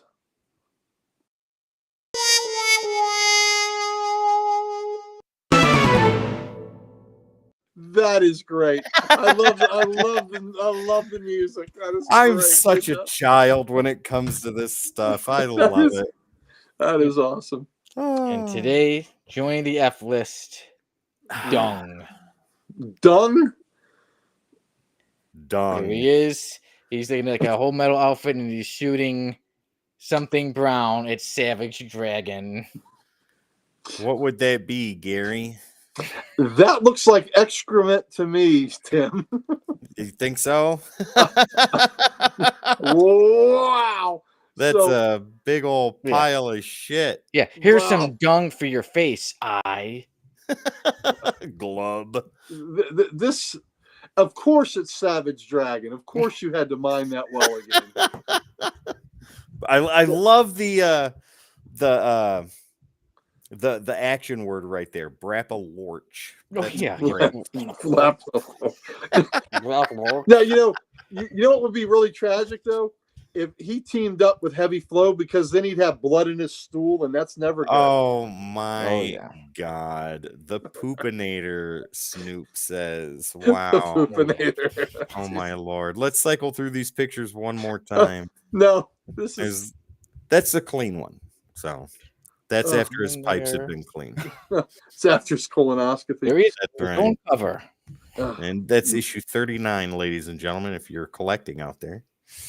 Wow. That's a key, right? I believe so. And then there's that. Oh, those nozzles have already. Yeah, there's some dripping going on there. Oh yeah. Man. Okay. All right. Uncle Gary, would you like to give the history of dung? The Poopinator. So we'll which one will motivate you? This one or this one? Okay, so this was a fella that was having a routine surgery named Al Schatz, and he was having a colonoscopy that went horribly wrong. And Excuse me, Mr. Schatz.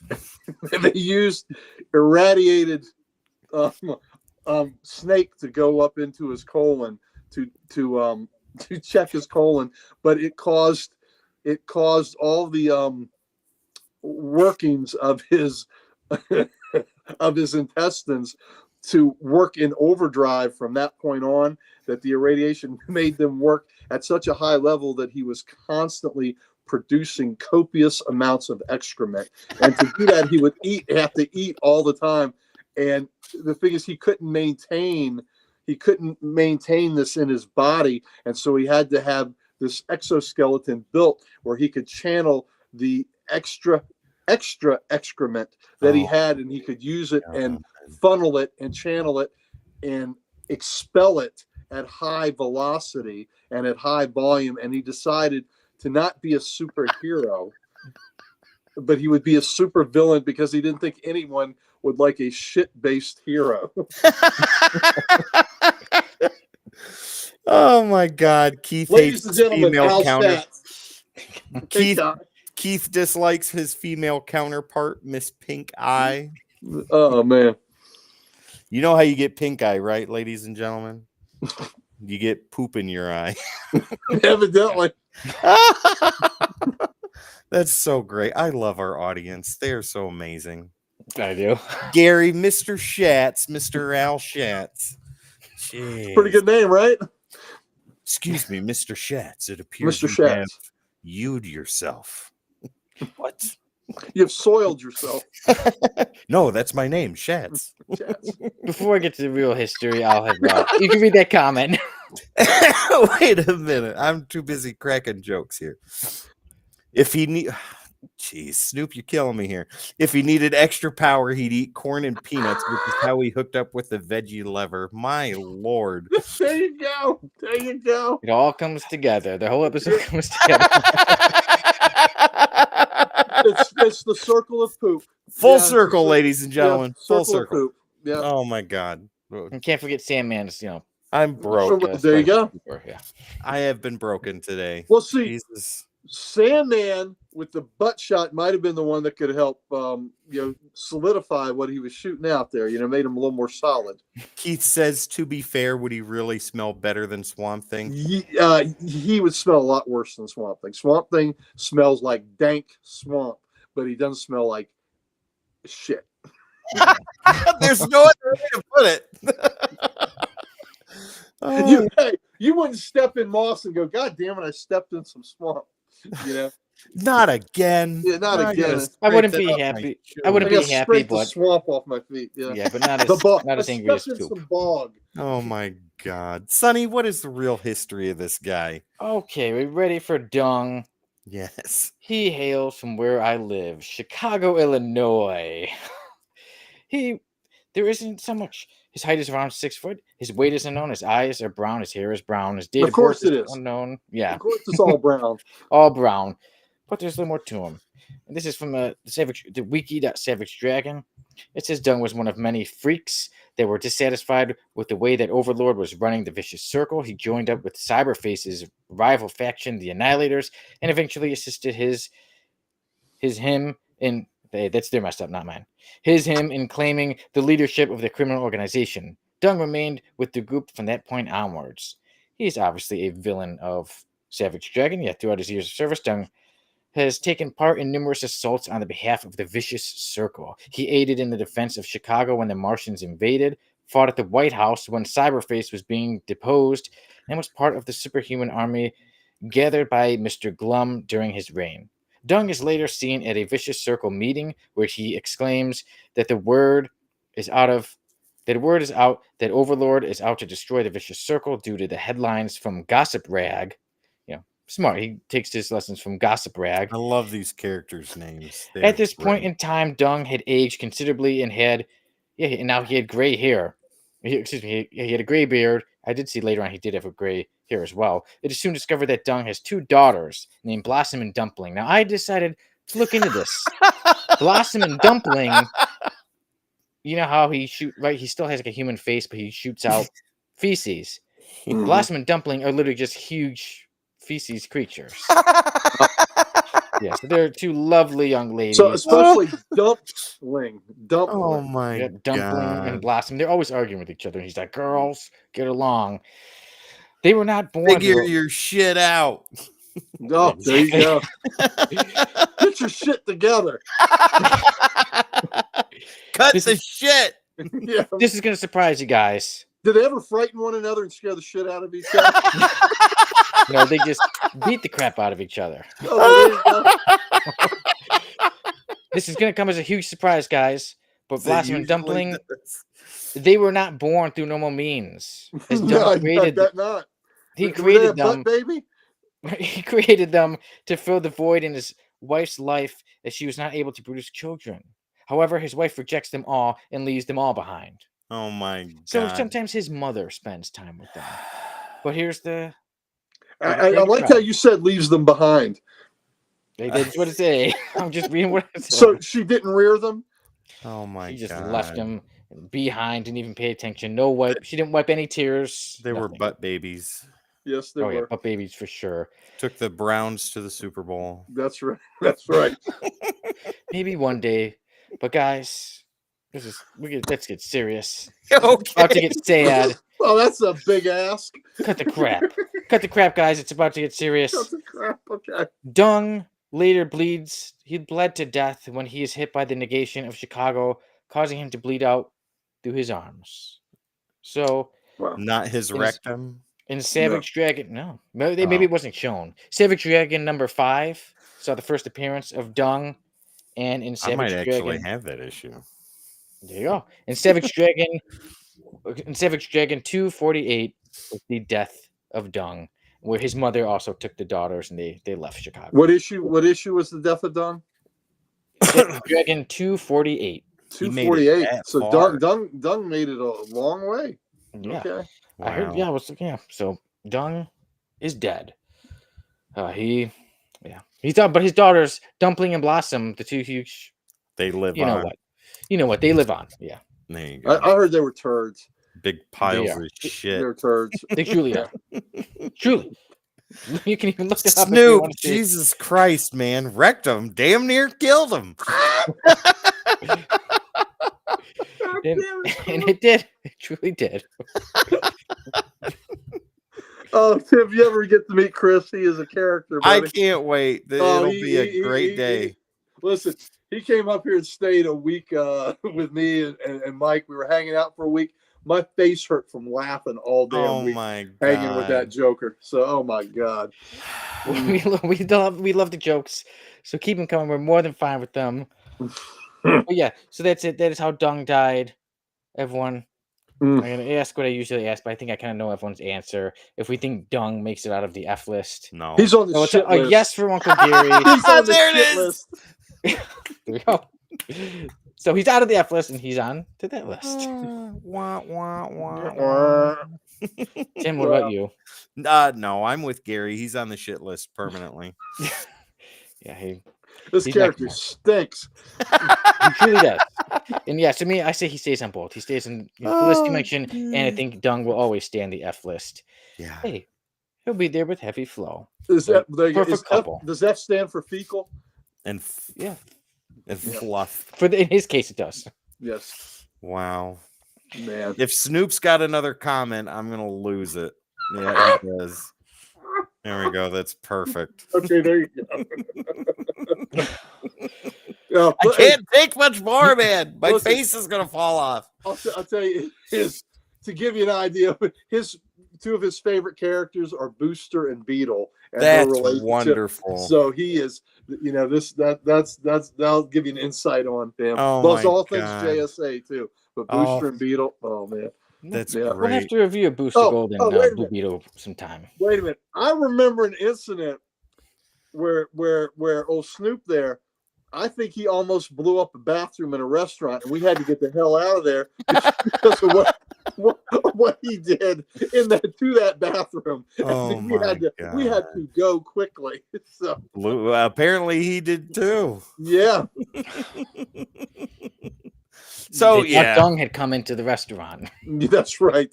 Dung stays on the shit list Forever. forever. ever. Yep, no change. And maybe he'll be joined by his daughter sometime. And what was Maybe. his real name again? It just said Dung. Dung. You know what? Dung. Al Schatz has got to be his name. Done.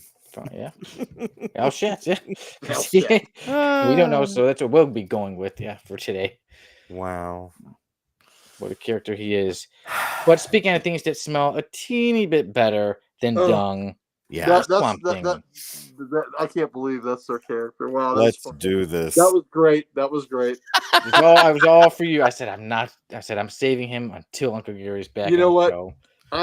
I can wade through that deep excrement just fine. Still better than heavy flow. There you go. So Heavy Flow still remains your fave. Heavy flow is the one that frightens me. Oh my nightmares. God. That's wonderful. Yep. So good. Mm.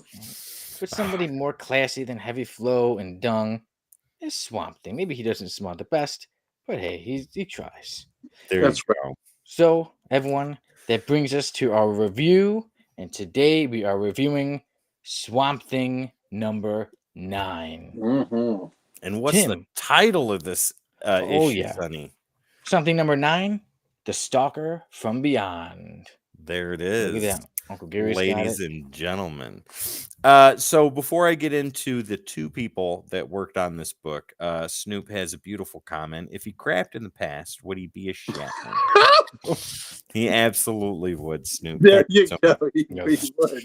And the good thing is that this whole section is going to get cut from the rest of the episode and turned into a review down the road. So you watching in the future, that whole little question there is taken completely out of context. Go watch episode 105. Watch episode 105 of the podcast and you'll understand. We'll put it in the comments. But yeah, there's quite a lot of craziness and nastiness. And There you go. yeah. Awesome All right. episode. Awesome issue. But I will let Tim give the credits to Swamp Thing number 9. Swamp Thing, Volume 1, Number 9. The Stalker from Beyond, ladies and gentlemen, was written by Len. Is it Wein or Wine? Len Wein. And all artwork, that includes colors, was done by Bernie Wrightson, the altar that Uncle Gary worships at.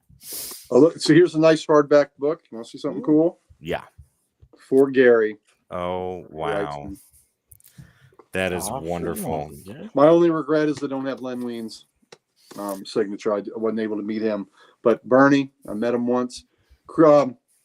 Snoop has met him too. And he's a great guy.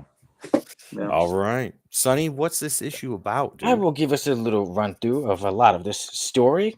So we start off, like I said, Swamp Thing number 9, The Stalker from Beyond. We see these two dirtbags. They're about to rob somebody on a train, and suddenly it appears to be Swamp Thing. So they get scared, they get thrown out, but accidentally Swamp Thing falls out of the train as well. So then now he has to walk his way. And then we cut over to a beach, and we see Abigail and Matthew Cable. They're talking, and even Matt says, "Oh, I know I'm going to be called. They're going to want me to, it's going to be the FBI or something. Someone's going to call me to. Oh, that's it. They're going to call me to Washington." And then somebody comes along named Smithers. I can't help but think of The Simpsons whenever I hear Smithers. So Smithers comes along and he says, "Matt, we need you to do something. We need you in Washington." So Matt is there, and that is where he meets Captain Brad Sampson. And this is where Captain Sampson tells him about Operation Space Face. So he tells him what they gotta do. There's a UFO. We need you to take care of Operation Space Face. And at this time, Swamp Thing, he comes across the barn where he was pretty much made. So he's looking for objects and things like that that made him so he can try to heal himself from being Swamp Thing. And then what does he see? He sees these objects were used to create something else. And he looks, and what is it? There's a spaceship being made, and there's an alien. There's a big old alien. When it looks like it's just as alien, there's no actual name, but the alien is wearing what looks like a space outfit, and it's a pretty big one, too. It's not known if this alien is a man or a woman. You just know that even the comic says we'll just refer to it as it.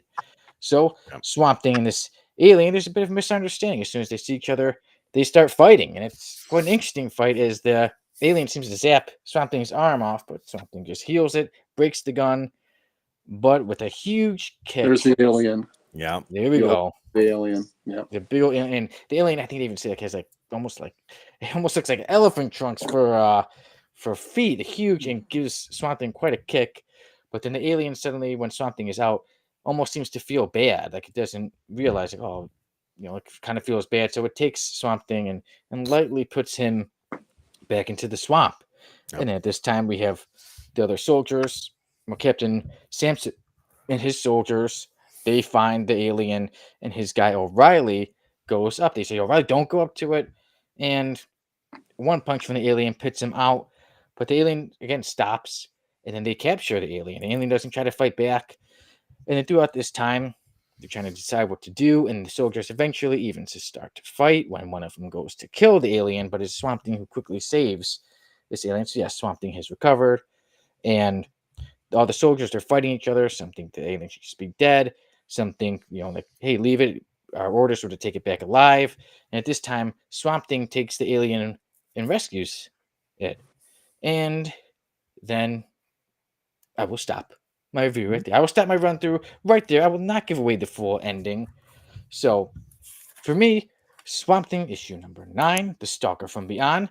I really like the artwork. Think it goes great with Swamp Thing. I like this story. I was a bit surprised that it wasn't what I was expecting.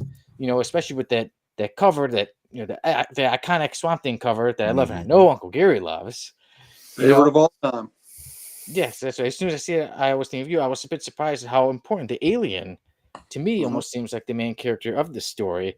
And I like one thing I really loved about the story was, let's say somebody who doesn't know comics, they may look and be like, wait, you tell me that a story with the Swamp Thing and some alien, you tell me this is going to have a powerful message, but it does. It has a powerful message. It's a lot more than like, oh, pretty cool fighting. Oh, there's a nice alien, and it's really showing that. I think Uncle Gary said, I don't know if it was on the pre-show or just general talking, how we said the real monsters of this story are the characters like Samson, who are just out for blood and just want to kill. Whereas the alien, as powerful as it is, when it hit Swamp Thing, because it was in a fight, it felt bad and it wanted to help. It didn't want to hurt people. It just wanted to make the spaceship to go be back on its planet, but it didn't want to hurt anybody. So I really liked the message it sent. For me, that brought a bit points up for me. The one thing is I wanted to see a bit more. Like, I would say it is a compliment to the story, as I was like, oh, it ended at one issue. I felt that I would like to see it be at least a 2 or 3 issue story. I wanted to see, I think Swamp Thing and the alien I really wanted to see more of I think they could have had a great friendship of understanding each It other. is Like a they're both, very self-contained story. yeah, they're both outsiders. So that's in one case, it is like, it's such a great one shot. But in one case, I'm like, oh, I would have liked to have seen a bit more. But overall, this is a great story, and I highly recommend it. So for me, I Sonny Kruger on the Codex Podcast, on my 100th episode of the Codex Podcast with Codex Station, I give Swamp Thing number 9, The Stalker from Beyond, 9 out of 10. Ooh, I say it's a okay. great Very issue. good. So check it out. Okay. Uncle Gary, I know you're very excited, but I'll let Tim go next. Tim should go next. Yep. Oh yeah, Gary, you chose this. I'm very curious to hear what you have to say. Sonny, right off the bat, I'm going to agree with you that this entire issue from front to back was a message. And it's not one of those preachy ones either. Like even at over 50 years old with this book, the message of tolerance that it teaches is as fresh now as it was back then, and it is incredibly important. Let's go with the artwork first. Bernie Wrightson's artwork. This is my first real time getting a look at his work, and it is absolutely fantastic. The way he draws people on its own is mesmerizing. But the way he draws Swamp Thing and the way he draws backgrounds and other creatures and things like that, this man's talent for horror and science fiction is huge. And it shows. There is so much attention to detail. Like if you're a fast reader with comic books, you can't do that with this issue. You have to slow down. You have to really take in the visuals. And Swamp Thing himself kind of forces you to do that because of the way that he's lettered to talk. That's Yeah. really good. Yeah. Yeah, the way that his thought bubbles are working, there's all these pauses in between words and stuff, almost like he's tired. And that's another thing. And this is credit to Len Wein. I have only read modern Swamp Thing stuff, and that Right. list is very small. So reading this within the first 10 issues of the character's first ongoing series, I love coming in, especially when a book is written like this. I love coming into the beginnings of a character's story.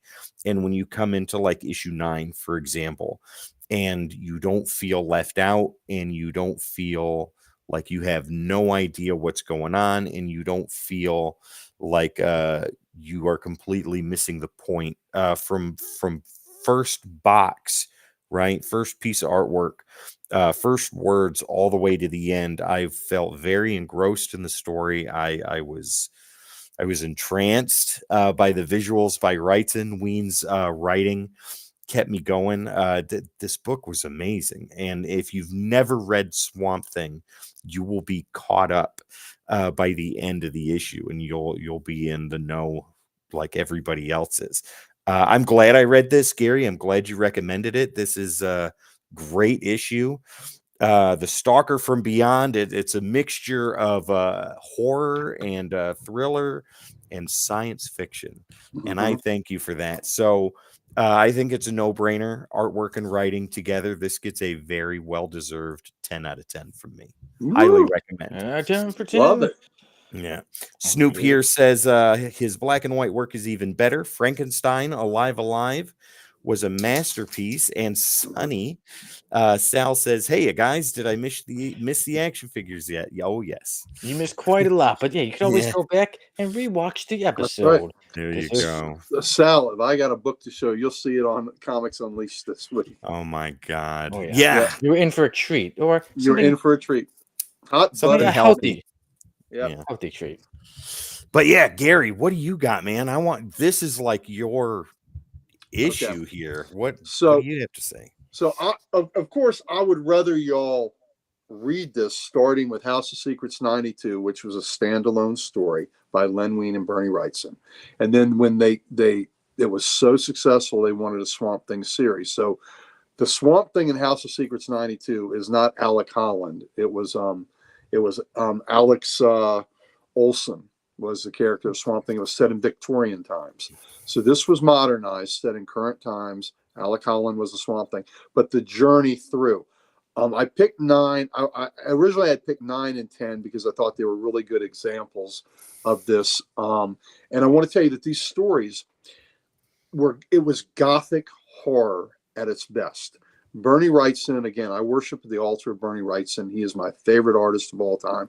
And Tim, I really wanted to immerse you in his art because I didn't think you had read it, and I thought you would really dig it. But the first issue is how he's created. The second issue deals with an evil sorcerer.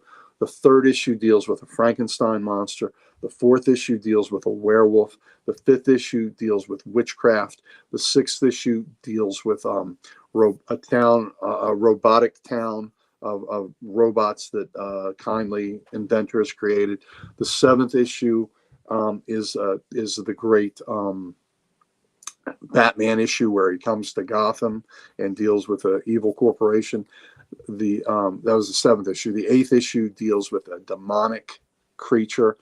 The ninth issue has an alien, and the 10th issue is one of the greatest ghost stories I've ever read. So you're dealing with all these great classic monsters in this gothic horror book, and there's a sense of there's an emotional heft in these books, right? I think. Are you all familiar with the original Incredible Hulk series that was on TV? Yes. With Okay, Lou heard of Ferrigno. it. I didn't watch the whole thing, but yeah. Okay, but Tim, have you watched episodes before? Oh yeah, several. So he would always go town to town and had the melancholy music and things like that. Yeah. Whoever wrote that, I think, had to be influenced by these Swamp Thing books because the whole time he's trying to get back to where he was created. And this is the ninth issue, and he's finally got back to the bayou. Yeah. he's always trying to disguise who he is and all this. And he's finally got back to the bayou in this issue. But there's a melancholy about it. And Swamp Thing usually isn't one to react with anger, but when he reacts with anger to the alien because he's trying to regain his humanity, and his tool, his machines and his lab has been deconstructed to help repair this alien spaceship, and he's taken parts, and he's angry, and he reaches out at first, and talk about cool art when the alien disintegrates his arm and it grows right back. No. That is such a cool sequence. Like the fingers were contorted up until that panel where he grabs the gun. Yeah, and it grows back, and so the alien again incapacitates him, but has an empathy to him. And then when like I said earlier, the monsters in the story are not the alien or the swamp creature. The monsters are us. Mm-hmm. We're the monsters, and how they treat him. And the swamp creature, I mean, the alien is only captured because after he hits O'Reilly and almost breaks his neck, he is remorseful and allows himself to be captured because of that remorse. And then, the Samson is the one that wants to kill him and not take him back because he's intolerant. He doesn't want, he thinks that this will be to the detriment of the world to know that this thing exists. Yeah. And so he's going to kill it. And he starts fighting with other members of, with the Swamp Thing and other members of his men. And, the Swamp Thing helps the creature escape, and he gets to his ship. And we won't give away the ending either, but it's not the ending I think you quite expect. I think the ending was not. The ending is a bit of a gut punch, right? And kind of bittersweet. And, it's just, there's a tragedy there. So it's just, I think I was 9 when I read this book. Oh, and wow. 9 reading issue number 9. 9 reading 9. So this was one of my earliest books that I ever bought. So this came out in 1974, which is the year I started collecting comics. So this is probably in my first 10 books that I have this.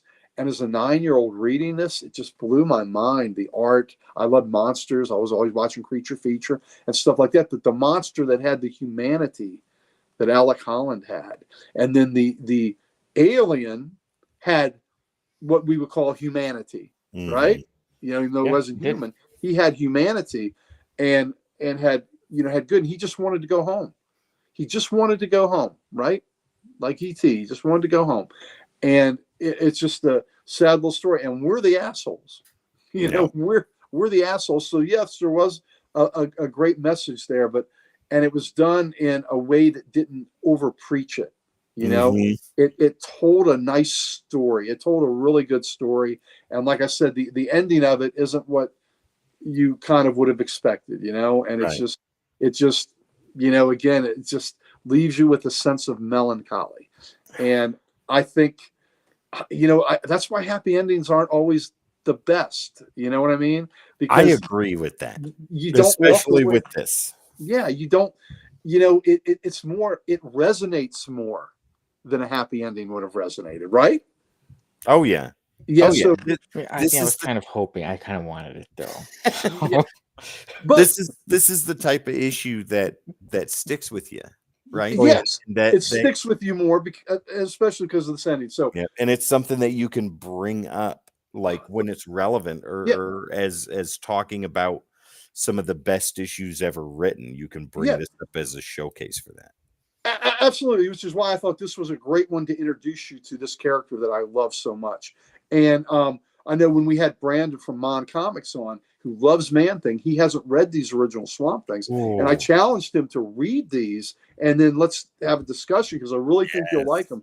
And, and what I like in relation to Man-Thing with Swamp Thing is Man-Thing, you're not privy to his thoughts, right? He's a cipher. You interpret what you think. But Swamp Thing, Alec Holland, you're privy to his thoughts.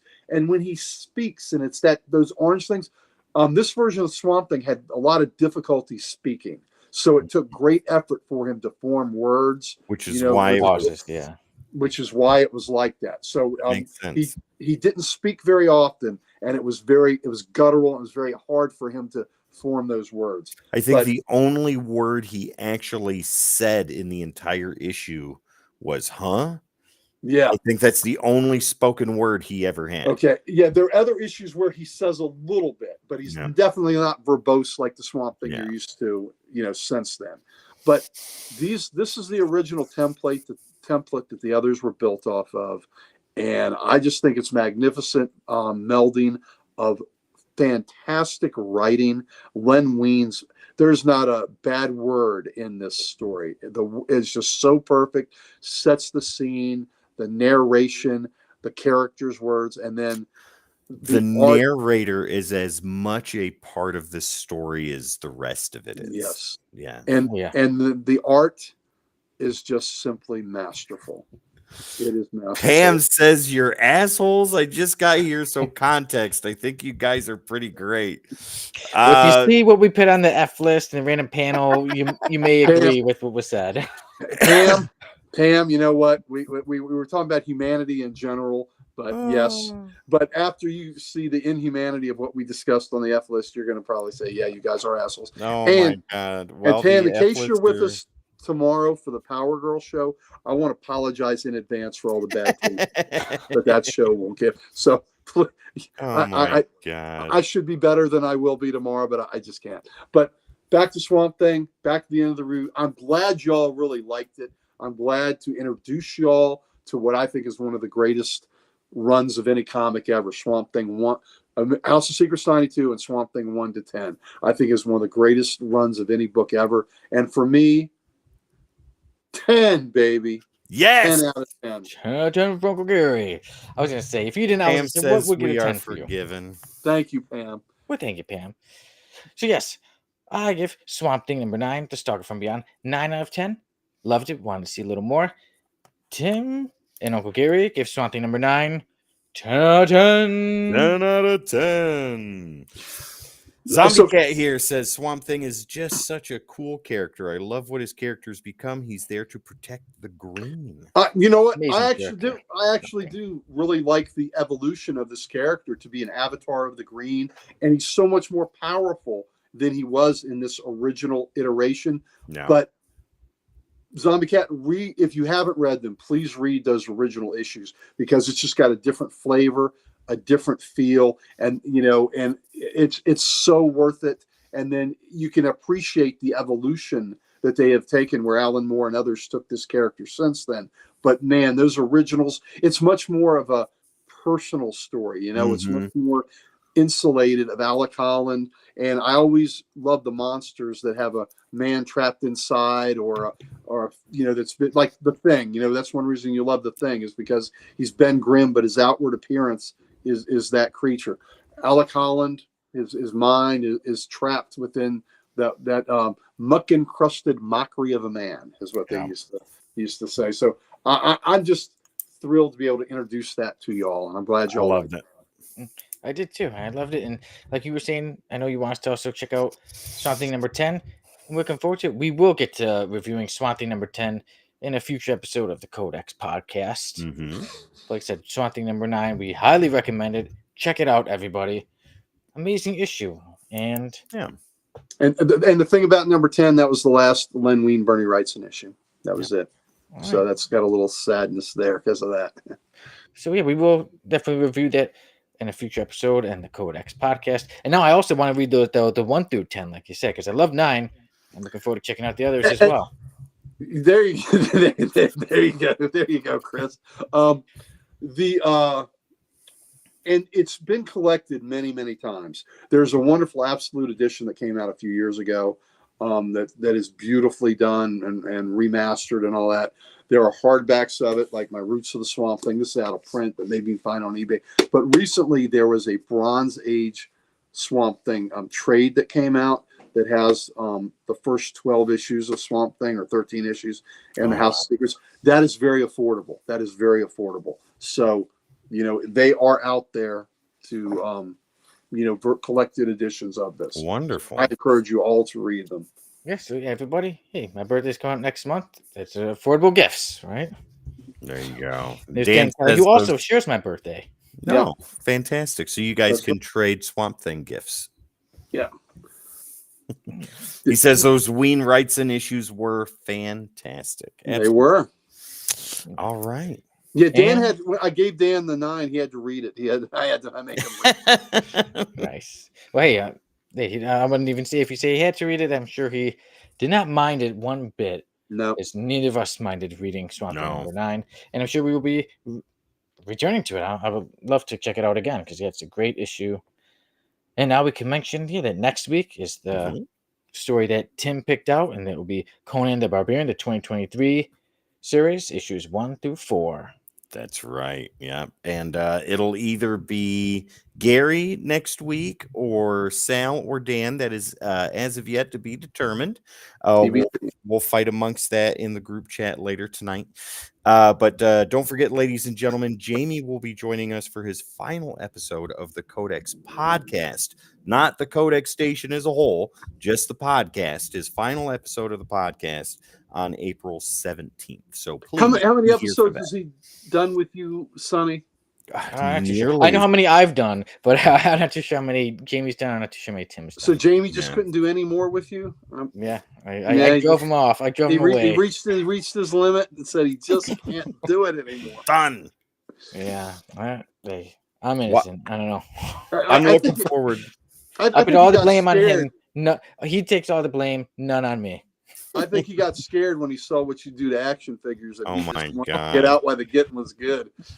I'm looking forward to reading Conan. I've read it already. I don't mind to read it again. I can't wait, Sonny, for you and whoever is over here in this seat to read it. So I've already started, so I'm enjoying it. Yeah. But, back when I worked in a law firm and I had started, in the I was a file clerk there, a lawyer would call me Conan the file clerk.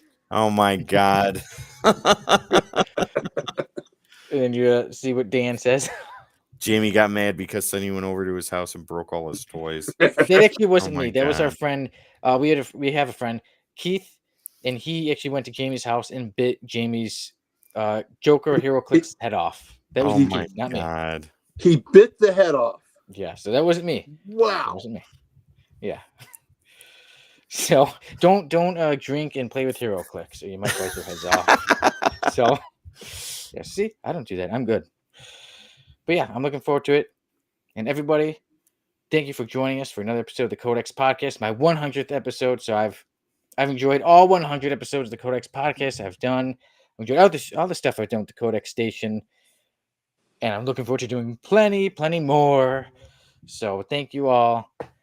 I've been having a great time, and I'm going to continue to I'm going to let the good times roll. Be back next week. Looking to be back the week after that.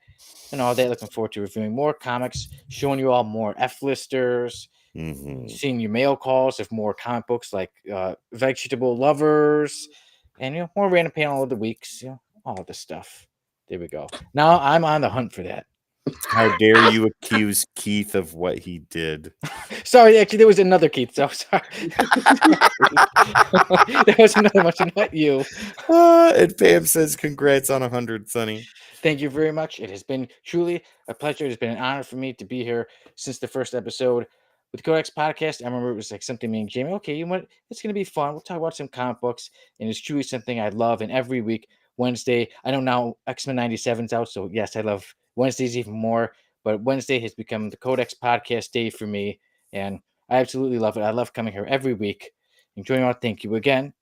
Well, thank you, Zombie Cat, as well. Thank you, Pam. Thank you, everyone. And I will look to continue to put out more content, and I love to come up with new stuff too. New segments. Like I said, Random Panel of the Week came out this year. The F list was maybe like a year and a half ago or something. So when I think of something, when I'm reading comics, I'm like, I can't wait to share it with everyone on the Code X podcast.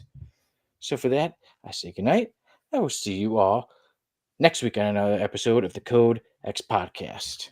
And after 100 episodes, I still don't have the best way of finishing up episodes. So as usual, I'll let you two finish this thing off. Well, all right. Ladies and gentlemen, we've got something. We want to give it to you. Gary's going to tell you all about it. Here at the Codex Station, all of us, all the hosts that you see here, and even the ones you don't, we have all the socials. And we would like nothing better than to give them to you. There you go, ladies and gentlemen, right there at the Codex Station, your favorite social media platforms, and where we're live streaming right now. Make sure to hit the like, share, subscribe, and follow.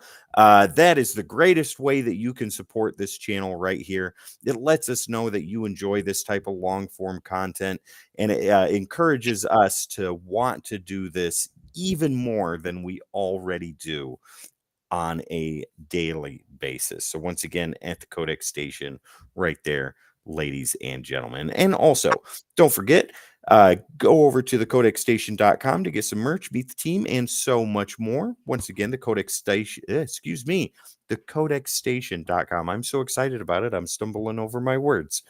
You saw For that all sticker and it got you real your excited. Codex needs, ladies and gentlemen. And And I want to congratulate our man down here, 100 episodes. You, my man, are our ray of sunshine. Thank you. It's There my you go. pleasure. All right, Bring ladies. sunshine to your life and show you characters like Dung and Brown Bomber and Heavy Flow and all of them. It is my pleasure. Ladies and gentlemen, once again, my name is Tim the Terrible. This beautiful man over here is the curator of the Library of Comics, the Ric Flair himself, Woo! Uncle Gary, and down below is the writer, the director, the producer, Sonny, the Kruger, son of the writer. Ladies and gentlemen, we will see you next week right here on the Codex Podcast, right here on the Codex Station. I can't say words anymore, so somebody's got to say it before I end the stream. Gaping holes. Thank you. We love you. Have a good night. Which is what Spider-Man has after what Sandman did to him. Right in the pooper operation.